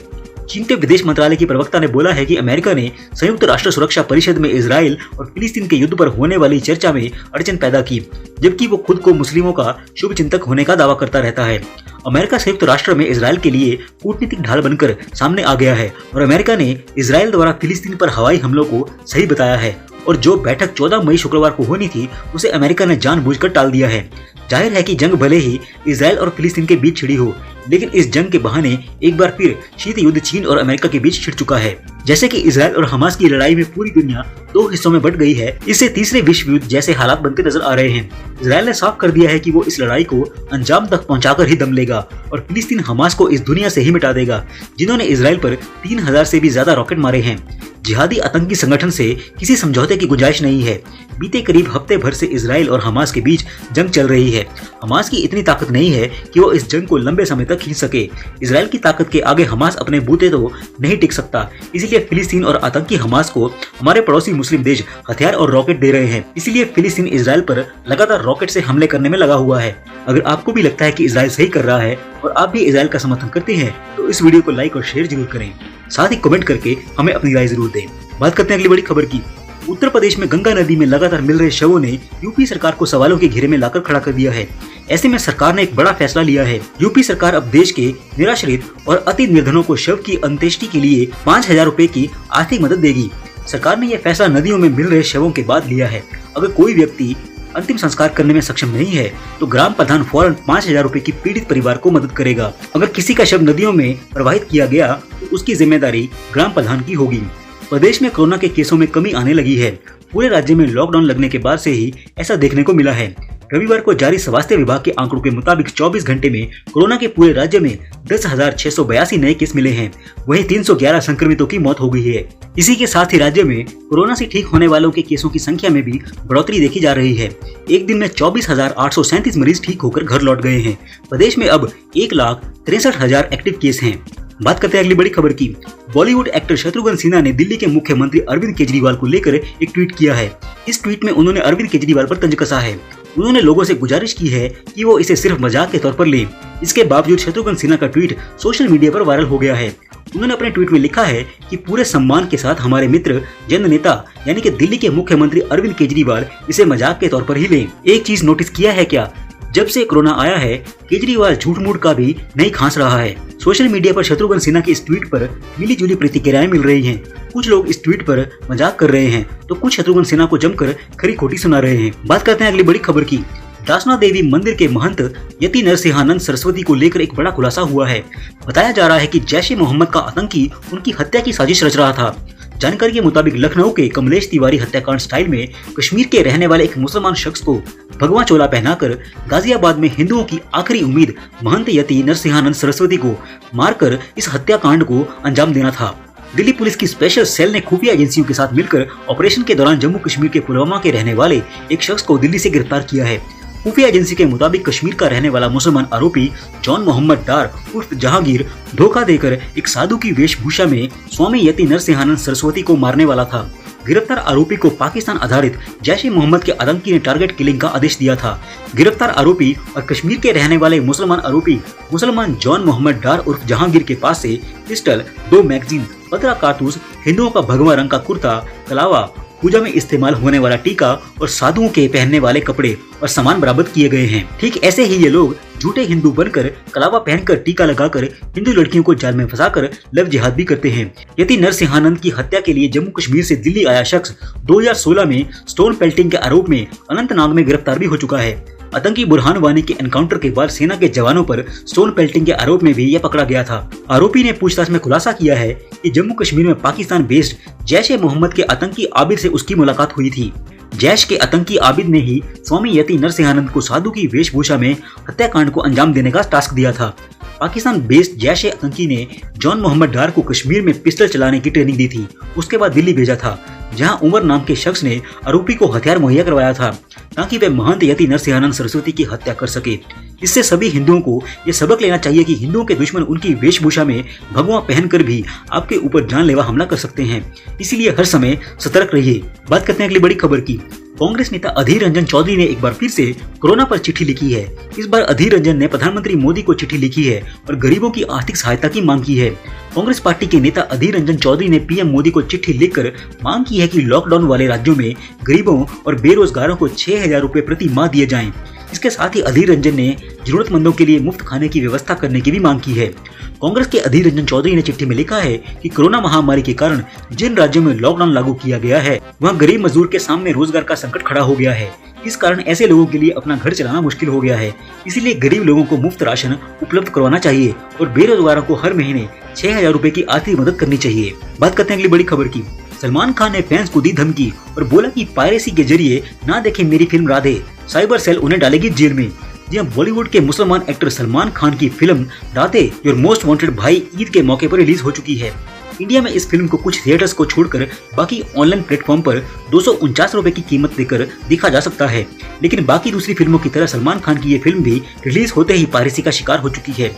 लोग इसका HD वर्जन डाउनलोड करके फिल्म को देख रहे हैं। ऐसे में अब सलमान खान ने सोशल मीडिया के जरिए फैंस से अपील की है कि वो पायरेटेड कॉपी ना देखें, इससे उनके खिलाफ एक्शन लिया जा सकता है। सलमान खान ने ट्विटर पर ट्वीट करते लोगों को धमकाया है कि हमने आपको अपनी फिल्म एक किफायती दाम 250 रुपए में पर व्यू के हिसाब से देखने के लिए मौजूद करवाई है। इससे उलट पायरेटेड साइट से राधे को देखना एक गंभीर अपराध है। साइबर सेल इन सभी पायरेटेड साइट्स के खिलाफ एक्शन लेगा। कृपया आप लोग पायरेसी का भाग ना बने, वरना साइबर सेल राधे फिल्म को वेबसाइट पर देखने के लिए आपके खिलाफ भी एक्शन ले सकता है। आपको बता दें कि सलमान खान की फिल्म राधे को मिक्स रिव्यू मिला है, जबकि IMDb पर फिल्म राधे को 10 में से महज 2 स्टार की रेटिंग मिली है। ऊपर से उनकी फिल्म के नाम में भी जानबूझकर हिंदू नाम राधे भी रखा हुआ है, जिससे सभी हिंदू इस फिल्म का ट्विटर पर बहिष्कार कर रहे हैं। ब्यूरो रिपोर्ट, ताजा न्यूज। जय हिंद, जय भारत।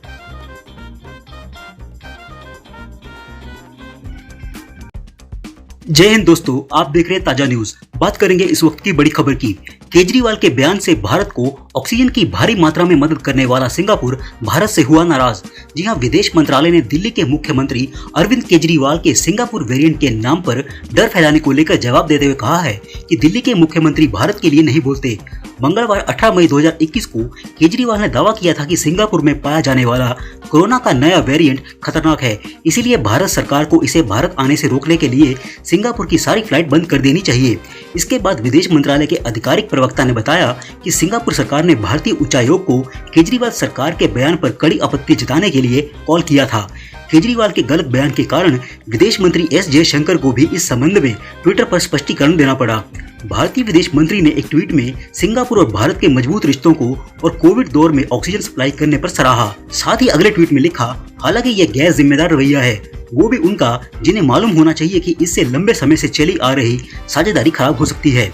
इसीलिए मैं साफ कर देना चाहता हूँ कि दिल्ली के मुख्यमंत्री भारत के लिए नहीं बोलते। इससे पहले सिंगापुर के स्वास्थ्य मंत्रालय ने अरविंद केजरीवाल के दावों को खारिज किया था।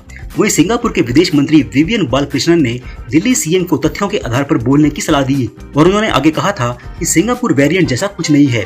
उन्होंने एस जयशंकर का बयान देखकर उन्हें धन्यवाद भी कहा। वहीं अरविंद केजरीवाल के बयान को लेकर सिंगापुर दूतावास के बाहर भी विरोध हो रहा है। भाजपा का कहना है कि ये केजरीवाल का पैटर्न हो गया है, वे पैनिक क्रिएट करते हैं, वो भी बिन वैज्ञानिक तथ्यों के, वे बोलते हैं और भाग लेते हैं। इस पूरे प्रकरण के बाद चारों तरफ से आलोचना झेल रहे दिल्ली के सीएम का पक्ष रखने के लिए आज दिल्ली के डिप्टी सीएम मनीष सिसोदिया ने प्रेस कॉन्फ्रेंस की। मनीष सिसोदिया ने कहा कि इस मामले में देखें तो आज भाजपा ने इस पर बहुत घटिया राजनीति की है। मोटे तौर पर देखें तो केजरीवाल ने सिंगापुर में जो स्ट्रेन है उस पर बोला और दूसरे बच्चों के बारे में बोला। आज भाजपा की और केंद्र सरकार की जिस तरह की प्रतिक्रिया आई है उससे साफ है कि केजरीवाल को तो बच्चों की चिंता है, लेकिन केंद्र और भाजपा को सिंगापुर की चिंता है। बच्चों की वैक्सीन नहीं लाएंगे, सिंगापुर की चिंता करेंगे। सिसोदिया ने कहा कि लंदन में भी एक स्ट्रेन आया था जिसके बारे में काफी लोगों ने अलर्ट किया था। वैज्ञानिकों ने और डॉक्टरों ने अलर्ट किया था कि लंदन के स्ट्रेन से पूरी दुनिया को अलर्ट रहने की जरूरत है। लंदन में आए उस स्ट्रेन को लेकर सरकार नहीं चेती। लंदन में आए उस स्ट्रेन और भारत सरकार की लापरवाही के कारण ही आज देखिए पूरे देश की क्या हालत है। सिसोदिया ने आगे बोला कि आज पूरा देश उसका खामियाजा भुगत रहा है। वो अलर्ट ये समझाने के लिए था कि हम कुछ करें, लेकिन आज हजारों लोगों की जान चली गई और कोई परिवार ऐसा नहीं बचा जिसे घर में कोविड ना हुआ हो। सिसोदिया ने दावा किया कि आज फिर सारी दुनिया में देश के डॉक्टर वार्निंग दे रहे हैं कि बच्चों को खतरा है। सुप्रीम कोर्ट भी यह बात कह रहा है, लेकिन हम आज इस बात को नहीं समझ रहे। मुद्दा सिंगापुर का नहीं है, मुद्दा हमारे बच्चों का है। आप सिंगापुर को मुद्दा बनाना चाहते हैं, हम बच्चों की चिंता कर रहे हैं। हम आपसे हाथ जोड़कर कहते हैं कि बच्चों की चिंता करिए। हर वैज्ञानिक से लेकर सुप्रीम कोर्ट तक यह बात कह रहे हैं कि अगले स्ट्रेन में बच्चों को खतरा है, तो आप उसकी चिंता करिए, उस पर तत्परता दिखाइए। बात करते हैं अगली बड़ी खबर की। राहुल गांधी ने फिर से सुबह उठकर किया केंद्र सरकार को लेकर विवादित ट्वीट। जी हां, देश में चल रही वैक्सीन की भारी कमी के बीच कांग्रेस नेता राहुल गांधी ने मोदी सरकार पर निशाना साधा है। उन्होंने अपने ट्विटर अकाउंट से ट्वीट करते हुए कहा है कि वैक्सीन कम होती जा रही है और कोविड मृत्यु बढ़ती जा रही है। केंद्र सरकार की नीति ध्यान भटकाओ, झूठ फैलाओ, शोर मचाकर तथ्य छुपाओ है। केंद्र सरकार ने वैक्सीनेशन अभियान को आगे बढ़ाते हुए 1 मई से 18 मई से ज्यादा उम्र के सभी नागरिकों का टीकाकरण करने का ऐलान किया था, लेकिन कई राज्यों में अभी तक वैक्सीनेशन के तीसरे चरण की शुरुआत भी नहीं हुई है। कई राज्यों में टीकाकरण अभियान धीमा पड़ा हुआ है।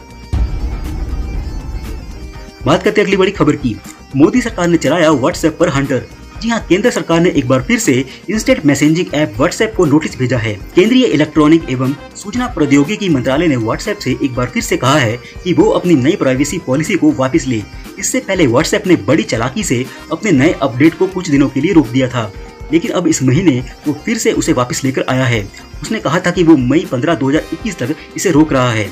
अब केंद्र सरकार ने उसे भेजी गई नोटिस में कहा है कि उक्त तारीख तक प्राइवेसी पॉलिसी अपडेट को रोकने का ये अर्थ नहीं है कि वो सूचना की प्राइवेसी, डेटा की सुरक्षा और यूजर्स की पसंद नापसंद का सम्मान ना करे। इस नोटिस में भारतीय संविधान एवं नियम कानूनों का हवाला देते हुए व्हाट्सएप को ये बताया गया है कि कैसे वो उनका उल्लंघन कर रहा है। साथ ही केंद्र ने चेतावनी दी है कि भारत की संप्रभु सरकार होने के नाते वो नागरिकों के हित के लिए कोई भी संवैधानिक कदम उठा सकती है। फिलहाल व्हाट्सएप को 7 दिनों में इस नोटिस का जवाब देने को कहा गया है। संतोषजनक जवाब न मिलने पर दंडात्मक कार्रवाई की जा सकती है। बात करते हैं अगली बड़ी खबर की। नारदा केस मामले में मुख्यमंत्री ममता बनर्जी की मुसीबत बढ़ने वाली है। कलकत्ता हाई कोर्ट के समक्ष नारदा केस को पश्चिम बंगाल से बाहर स्थानांतरित करने की मांग वाली याचिका में सीबीआई ने ममता बनर्जी के नाम का जिक्र किया है। 17 मई को कोलकाता में सीबीआई ने इस घोटाले से जुड़े 2 मंत्रियों को गिरफ्तार किया था। उसके बाद सीबीआई दफ्तर के परिसर में टीएमसी कार्यकर्ताओं ने हंगामा किया। सीबीआई ने ममता बनर्जी और टीएमसी नेता कल्याण बनर्जी और मलय घटक को पक्षकार बनाया है। सीबीआई ने अपनी याचिका में सीएम ममता बनर्जी के आचरण पर भी सवाल उठाया है। सीबीआई ने यह दावा किया है कि पश्चिम बंगाल के कानून मंत्री भीड़ के साथ अदालत में मौजूद थे, जहां आरोपियों को पेश किया जाना था। एजेंसी ने कहा कि गिरफ्तार किए गए नेताओं के अनेक समर्थकों ने यहां निजाम पैलेस में सीबीआई दफ्तर का घेराव किया और उसके अधिकारियों को बाहर नहीं निकलने दिया, जिन्हें आरोपियों को अदालत में पेश करना था। बाद में सोमवार को डिजिटल माध्यम से आरोपियों को विशेष सीबीआई अदालत में पेश किया गया था। वहीं टीएमसी ने सीबीआई के खिलाफ एफआईआर दर्ज करवाई है। साथ ही नारदा केस में गिरफ्तारियों को गैर कानूनी बताया है। बात करते हैं अगली बड़ी खबर की। मणिपुर सरकार ने राज्य में एम्बुलेंस के सायरन पर बंद करने का ऐलान किया है, ताकि कोविड-19 के प्रकोप के दौरान चिंता और डर के माहौल को कम किया जा सके। राज्य के चिकित्सा निदेशालय ने एक ज्ञापन में मुख्य चिकित्सा अधिकारियों, चिकित्सा अधीक्षकों, निजी अस्पताल के कर्मियों और एम्बुलेंस संचालकों से सायरन बंद करने का अनुरोध किया है, क्योंकि इनकी आवाज से लोगों में भय पैदा हो रहा है और सामाजिक चिंता व्याप्त हो रही है। इसमें कहा गया है कि मार्गों के अवरुद्ध होने पर ही सायरन बजाए जाने चाहिए। राज्य सरकार ने कई जिलों में कर्फ्यू 28 मई तक के लिए बढ़ा दिया है। मणिपुर में मंगलवार को कोरोना वायरस के 624 नए मामले सामने आए हैं और संक्रमण के कुल मामले 40,683 पर पहुंच गए हैं। 20 संक्रमितों की मौत होने से मृतक संख्या बढ़कर 612 पर पहुंच गई है। बात करते हैं अगली बड़ी खबर की। कंगना रनौत फैंस के बीच अपने बेबाक अंदाज के लिए जानी जाती हैं। कंगना अपनी कोई भी बात रखने से कभी पीछे नहीं हटती हैं। यही कारण है कि अब वह आए दिन सोशल मीडिया पर ट्रोल होती रहती हैं, लेकिन एक्ट्रेस को ट्रोलिंग से कोई डर नहीं लगता है। हाल ही में एक्ट्रेस ने फैंस को इस बात की जानकारी दी थी कि उनकी कोरोना रिपोर्ट नेगेटिव हो गई है, लेकिन अब कंगना ने फिर से एक स्टेटमेंट जारी किया है जो सुर्खियों में आ गया है। कंगना ने 18 मई को कोरोना रिपोर्ट नेगेटिव आने की जानकारी दी थी और इंस्टाग्राम पर इससे जुड़ा एक वीडियो भी शेयर किया था, जिसके बाद कई लोगों ने एक्ट्रेस को ट्रोल करने की कोशिश की और उनसे कोरोना रिपोर्ट मांगी। उनका कहना था कि कंगना झूठ बोल रही है। इस पर कंगना ने अब सबकी बोलती बंद कर दी है। कंगना को यूजर्स जमकर ट्रोल करने की कोशिश करते रहते हैं। कंगना ने कुछ दिन पहले बताया था कि उनको कोरोना हो गया और फिर मंगलवार को एक्ट्रेस ने जानकारी दी कि वे कोरोना फ्री हो गई हैं, जिसके बाद उनको आड़े हाथों लेने की कोशिश की गई, जिसका एक्ट्रेस ने अब करारा जवाब दिया है। सभी को जवाब देते हुए अब कंगना ने अपनी रिपोर्ट का फोटो क्लिक करके इंस्टाग्राम स्टोरी पर शेयर किया है। कंगना ने अपनी स्टोरी पर रिपोर्ट शेयर की है और इसके ऊपर लिखा है कि सभी राक्षस जो मेरी रिपोर्ट मांग रहे थे, क्योंकि वे जैसे हैं उन्हें दुनिया वैसी ही दिखती है, उनके लिए ये रही रिपोर्ट। एक राम भक्त कभी झूठ नहीं बोलता। जय श्री राम। कंगना का ये पोस्ट सोशल मीडिया पर तेजी से वायरल हो रहा है। कंगना ने यह बता दिया है कि वह किसी से भी नहीं डरती हैं। बात करते हैं अगली बड़ी खबर की। राजस्थान में ब्लैक फंगस को महामारी घोषित कर दिया गया है। गहलोत सरकार ने इसका ऐलान करते हुए कहा है कि ब्लैक फंगस खतरनाक रूप लेते जा रहा है और यह कई राज्यों में तेजी से फैल रहा है, इसीलिए इस पर अधिक ध्यान देने की आवश्यकता है। आपको बता दें कि म्यूकोरमाइकोसिस या ब्लैक फंगस एक दुर्लभ फंगल इन्फेक्शन है, लेकिन यह गंभीर इन्फेक्शन है जो मोल्ड्स या फंगी के एक समूह की वजह से होता है। केंद्रीय स्वास्थ्य मंत्री डॉक्टर हर्षवर्धन सिंह ने ट्वीट करके बताया है कि आंखों में लालपन या दर्द, बुखार, खांसी, सिर दर्द, सांस में तकलीफ, साफ साफ दिखाई नहीं देना, उल्टी में खून आना या मानसिक स्थिति में बदलाव ब्लैक फंगस के लक्षण हो सकते हैं। कोरोना से ठीक होने वाले संक्रमण के दौरान मरीज ब्लैक फंगस की चपेट में आ रहे हैं। इसके चलते मरीजों की मौत तक हो रही है। एम्स दिल्ली के निदेशक डॉक्टर रणदीप गुलेरिया ने कहा है कि आमतौर पर 5 से 10 दिन तक ही स्टेरॉइड की जरूरत पड़ती है। इससे ज्यादा दिनों तक मरीज को यह दवाएं दी जाएं तो ब्लैक फंगस की आशंका काफी बढ़ जाती है। स्टेरॉइड दे रहे हैं तो मरीज की पूरी निगरानी करना भी स्वास्थ्य कर्मचारियों की जिम्मेदारी है। ब्लैक फंगस से बचने के लिए मरीज की निगरानी बहुत जरूरी है। गौरतलब है कि कोरोना की दूसरी लहर के बीच ब्लैक फंगस के मामले बढ़े हैं। महाराष्ट्र, गुजरात, राजस्थान, मध्य प्रदेश, झारखंड, दिल्ली और कर्नाटक के अलावा अन्य कुछ राज्यों में भी मामले तेजी से बढ़ रहे हैं। वहीं हरियाणा सरकार ने ब्लैक फंगस को नोटिफाइड डिजीज यानी कि अधिसूचित रोग घोषित कर दिया है। ब्यूरो रिपोर्ट, ताजा न्यूज। जय हिंद, जय भारत।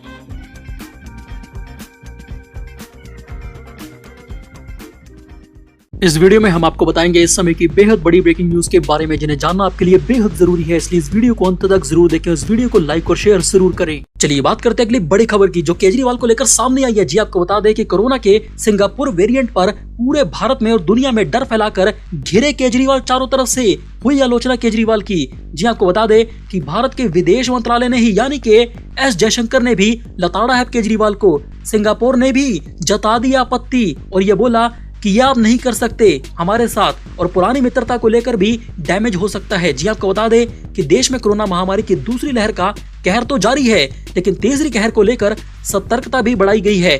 इसी के बीच बीते दिनों दिल्ली के मुख्यमंत्री अरविंद केजरीवाल ने कोरोना के सिंगापुर स्ट्रेन को लेकर चेताया था और ये बोला कि भारत सरकार से एक्शन की अपील की थी। पहले भारत सरकार ने अरविंद केजरीवाल के आरोपों का जवाब दिया, लेकिन अब भारत के लिए शर्मनाक बात तो ये है कि सिंगापुर की सरकार ने भी इस पर कड़ी आपत्ति जताते हुए जवाब दे दिया है। यानी कि केजरीवाल ने भारत सरकार की इमेज सिंगापुर के सामने छोटी कर दी है। साथ ही भारतीय उच्चायुक्त को तलब करके अपनी नाराजगी जताई है।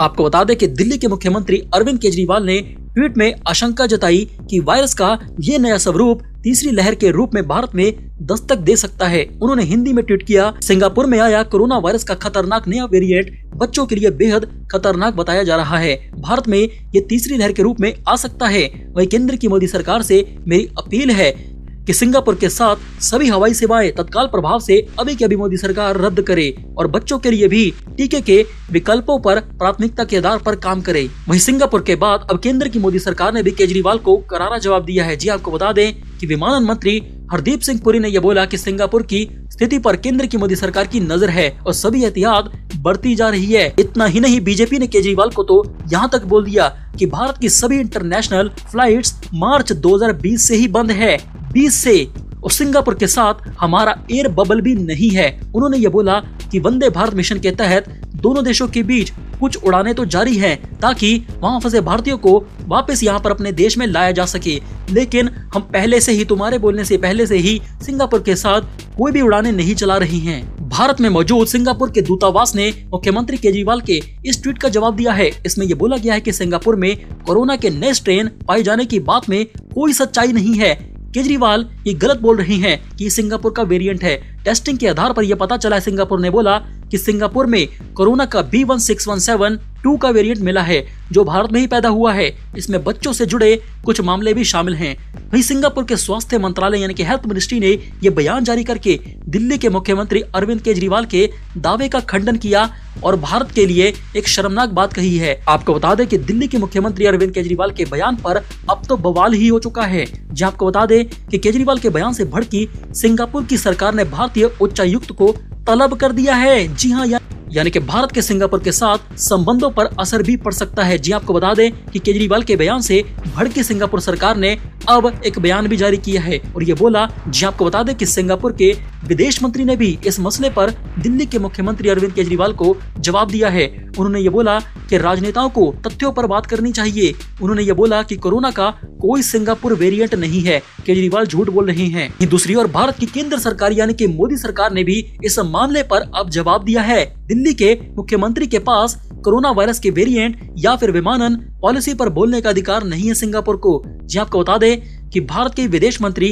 एस जयशंकर ने ट्वीट करके ये बोला कि सिंगापुर और भारत दोनों कोरोना वायरस के खिलाफ लड़ाई लड़ रहे हैं पूरी दुनिया में। इस लड़ाई में सिंगापुर द्वारा भारत की जो मदद की गई है उसके लिए उनका यानी कि सिंगापुर का धन्यवाद। भारत ये साफ कर देना चाहता है कि दिल्ली के मुख्यमंत्री केजरीवाल का सिंगापुर पर यह बयान कोरोना को लेकर और कोरोना वेरिएंट पर लेकर भारत का बयान बिल्कुल भी नहीं है। केजरीवाल भारत के प्रधानमंत्री नहीं हैं। वहीं दूसरी ओर केजरीवाल को इंटरनेशनल मामले में अब घिरता हुआ देखकर मनीष सिसोदिया ने भी आज ये बोल दिया है कि कल केजरीवाल ने यह बोला था कि सिंगापुर में बच्चों के ऊपर खतरा मंडरा रहा है, इसीलिए हमें यानी कि भारत को भी सतर्क रहने की जरूरत है। कई न्यूज चैनल में ये बात सामने आई थी कि साथ ही सिंगापुर के शिक्षा मंत्री ने भी यह बयान दिया था कि बच्चों पर खतरा बढ़ रहा है। मनीष सिसोदिया ने केजरीवाल के बचाव में आगे ये बोला कि हम अब इस मामले में देखें तो आज भाजपा ने इस पर बहुत ही घटिया राजनीति की है।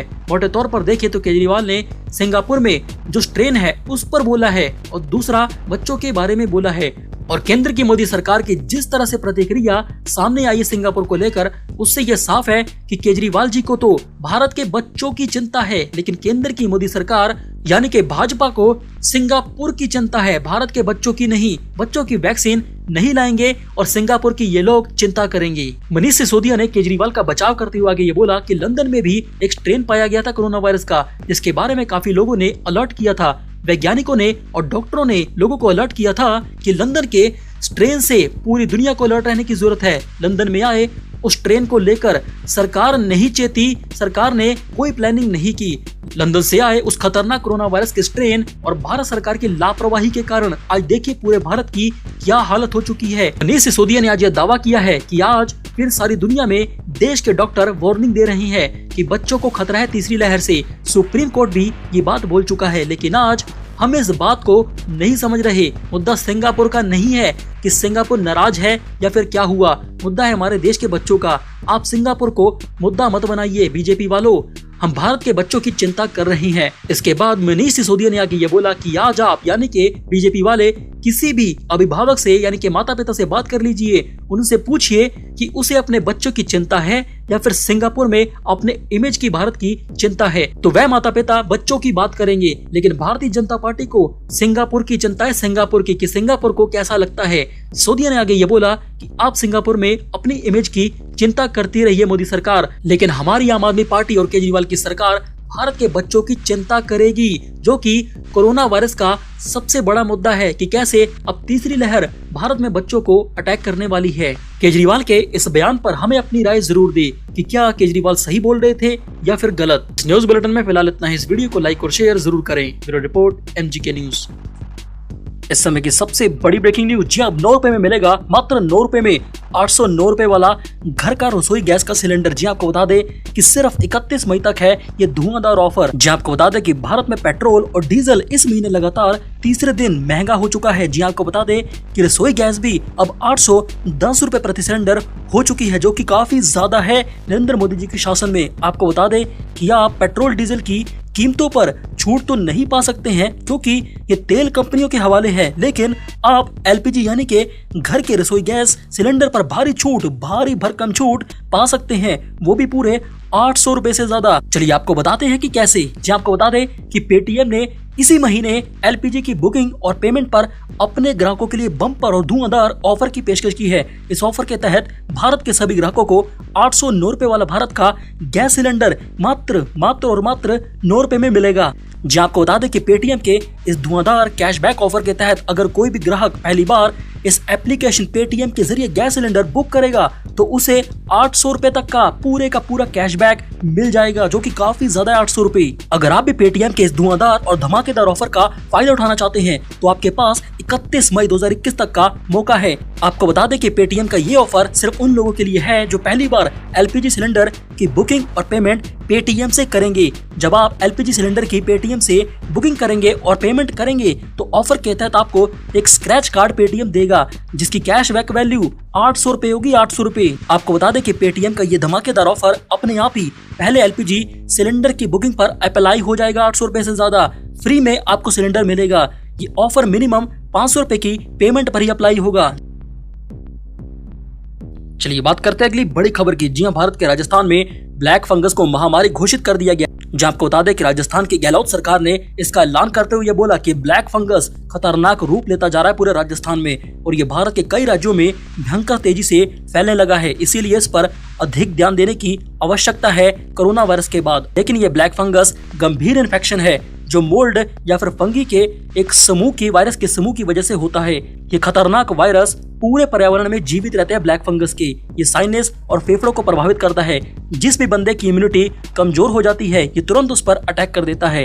जी आपको बता दें कि केंद्रीय स्वास्थ्य मंत्री डॉक्टर हर्षवर्धन सिंह ने ट्वीट करके ये बताया कि आंखों में लालपन या फिर दर्द, बुखार, खांसी, सिर दर्द, सांस में तकलीफ, साफ सा दिखाई नहीं देना, उल्टी में खून आना या मानसिक स्थिति में बदलाव ब्लैक फंगस के लक्षण हो सकते हैं। जी आपको बता दें कि कोरोना से ठीक होने वाले या फिर संक्रमण के दौरान मरीज ब्लैक फंगस की चपेट में आ रहे हैं। इसके चलते मरीजों की मौत तक हो रही है क्योंकि ये ब्लैक फंगस सीधे दिमाग में पहुंचकर उसे सूजन में ला देती है। वहीं इससे भी बड़ी खबर तो यह है कि दिल्ली के एम्स के निदेशक डॉक्टर रणदीप गुलेरिया ने आगे ये बोला कि आमतौर पर 5 से 10 दिन तक की स्टेरॉइड की जरूरत पड़ती है कोरोना वायरस के पेशेंट को ठीक करने के लिए। इससे ज्यादा दिनों तक अगर कोरोना वायरस के मरीज को यह दवा एस्टेरॉइड के रूप में दी जाती है तो ब्लैक फंगस की आशंका हो जाती है मरीज में जिसको कोरोना वायरस है। स्टेरॉइड तो आप दे रहे हैं तो मरीज की पूरी निगरानी करना भी स्वास्थ्य कर्मचारियों की जिम्मेदारी है। ब्लैक फंगस से बचने के लिए मरीज की निगरानी बहुत ही ज्यादा जरूरी है। जी आपको बता दें कि गौरतलब है कि कोरोना की दूसरी लहर के बीच ब्लैक फंगस के मामले काफी ज्यादा बढ़ चुके हैं। महाराष्ट्र, गुजरात, राजस्थान, मध्य प्रदेश, झारखंड, दिल्ली और कर्नाटक के अलावा भारत के अन्य कुछ राज्यों में भी ये खतरनाक ब्लैक फंगस के मामले तेजी से बढ़ते जा रहे हैं। इसीलिए इसे अब महामारी घोषित कर दिया गया ब्लैक फंगस को कोरोना के बाद। चलिए बात करते हैं अगली बड़ी खबर की। जी कोरोना वायरस संक्रमण महामारी के कारण जो बच्चे अनाथ हो गए हैं उनके लिए उत्तर प्रदेश की योगी सरकार ने यानी कि योगी आदित्यनाथ जी ने नई नीति का ऐलान कर दिया। जी आपको बता दें कि योगी आदित्यनाथ जी की उत्तर प्रदेश ने बुधवार को यह फैसला लिया है कि उत्तर प्रदेश सरकार का यह मानना है कि ऐसे बच्चे जो अनाथ हो गए हैं कोरोना वायरस की वजह से वह राज्य की संपत्ति हैं, वो मेरी संपत्ति हैं। सरकारी योजना के तहत कोरोना वायरस के कारण जिन बच्चों के माता पिता की मौत हो चुकी है उत्तर प्रदेश में उनके भरण पोषण, खाने पीने और पढ़ाई लिखाई की जिम्मेदारी अब हमारी होगी, योगी सरकार की होगी और राज्य सरकार की उत्तर प्रदेश की होगी। योगी आदित्यनाथ जी ने आगे यह बोला कि हमारी राज्य सरकार जल्द ही इस योजना के तहत बच्चों की देखभाल का जिम्मा उठाएगी। आपको बता दें कि ठीक इसी तरह की घोषणा पिछले दिन अरविंद केजरीवाल ने भी की थी कि दिल्ली में जिनके माता पिता मर चुके हैं उनके बच्चों की देखभाल अब केजरीवाल करेंगे। ठीक वैसा ही अब योगी आदित्यनाथ जी ने भी ऐलान कर दिया उत्तर प्रदेश में। जी आपको बता दें कि बीते 24 घंटों के दौरान उत्तर प्रदेश में कोरोना वायरस संक्रमण के 7,336 नए पॉजिटिव केस मिले हैं। हालांकि अच्छी बात तो ये भी रही कि इस दौरान ठीक होने वाले लोगों की संख्या नए मामलों के मुकाबले करीब 3 गुना ज्यादा है। जी आपको बता दें कि उत्तर प्रदेश में 19,670 लोग ठीक होकर अस्पताल से अपने घर लौट गए हैं। वहीं सूत्रों की माने तो उत्तर प्रदेश में पिछले 24 घंटों में कोरोना वायरस के 7,336 नए मामले सामने तो आए थे, लेकिन 19,670 लोग डिस्चार्ज भी हुए ठीक होकर। वहीं उत्तर प्रदेश में सक्रिय मामलों की कुल संख्या अब 1,23,580 है। लेकिन उत्तर प्रदेश की सबसे अच्छी खबर तो ये है कि अब तक उत्तर प्रदेश में कुल 15,02,918 लोग कोरोना वायरस से ठीक होकर अपने घर भी लौट चुके हैं। यानी कि कुल मिलाकर अब उत्तर प्रदेश का रिकवरी रेट 92% है, 92%।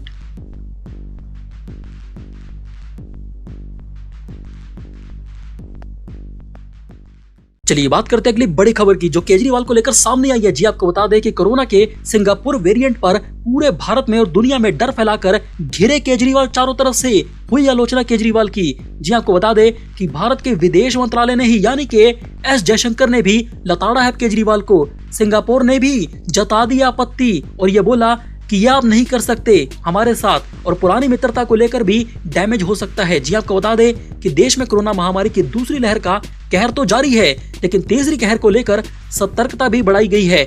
इसी के बीच बीते दिनों दिल्ली के मुख्यमंत्री अरविंद केजरीवाल ने कोरोना के सिंगापुर स्ट्रेन को लेकर चेताया था और ये बोला कि भारत सरकार से एक्शन की अपील की थी।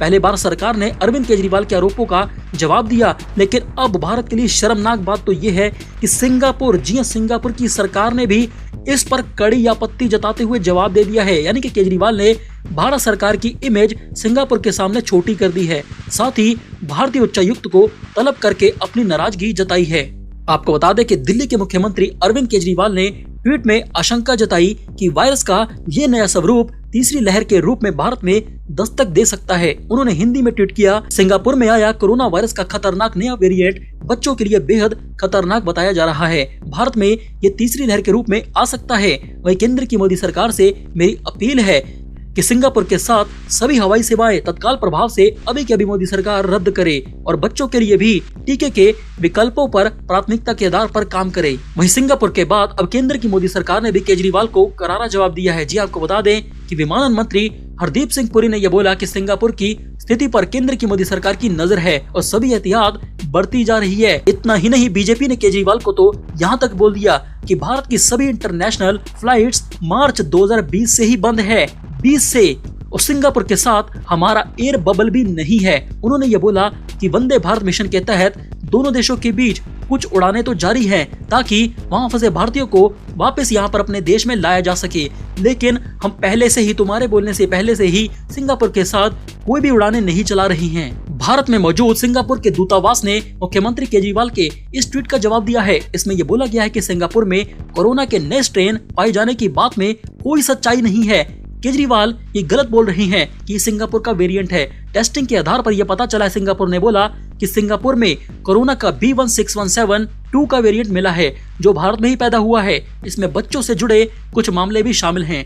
वहीं सिंगापुर के स्वास्थ्य मंत्रालय यानी कि हेल्थ मिनिस्ट्री ने यह बयान जारी करके दिल्ली के मुख्यमंत्री अरविंद केजरीवाल के दावे का खंडन किया और भारत के लिए एक शर्मनाक बात कही है। आपको बता दें कि दिल्ली के मुख्यमंत्री अरविंद केजरीवाल के बयान पर अब तो बवाल ही हो चुका है। जी आपको बता दें कि केजरीवाल के बयान से भड़की सिंगापुर की सरकार ने भारतीय उच्चायुक्त को तलब कर दिया है। जी हाँ, यानी कि भारत के सिंगापुर के साथ संबंधों पर असर भी पड़ सकता है। जी आपको बता दें कि केजरीवाल के बयान से भड़की सिंगापुर सरकार ने अब एक बयान भी जारी किया है और ये बोला, जी आपको बता दें कि सिंगापुर के विदेश मंत्री ने भी इस मसले पर दिल्ली के मुख्यमंत्री अरविंद केजरीवाल को जवाब दिया है। उन्होंने ये बोला कि राजनेताओं को तथ्यों पर बात करनी चाहिए। उन्होंने ये बोला कि कोरोना का कोई सिंगापुर वेरिएंट नहीं है, केजरीवाल झूठ बोल रहे हैं। दूसरी ओर भारत की केंद्र सरकार यानी कि मोदी सरकार ने भी इस मामले पर अब जवाब दिया है। दिल्ली के मुख्यमंत्री के पास कोरोना वायरस के वेरिएंट या फिर विमानन पॉलिसी पर बोलने का अधिकार नहीं है सिंगापुर को। जी आपको बता दें कि भारत के विदेश मंत्री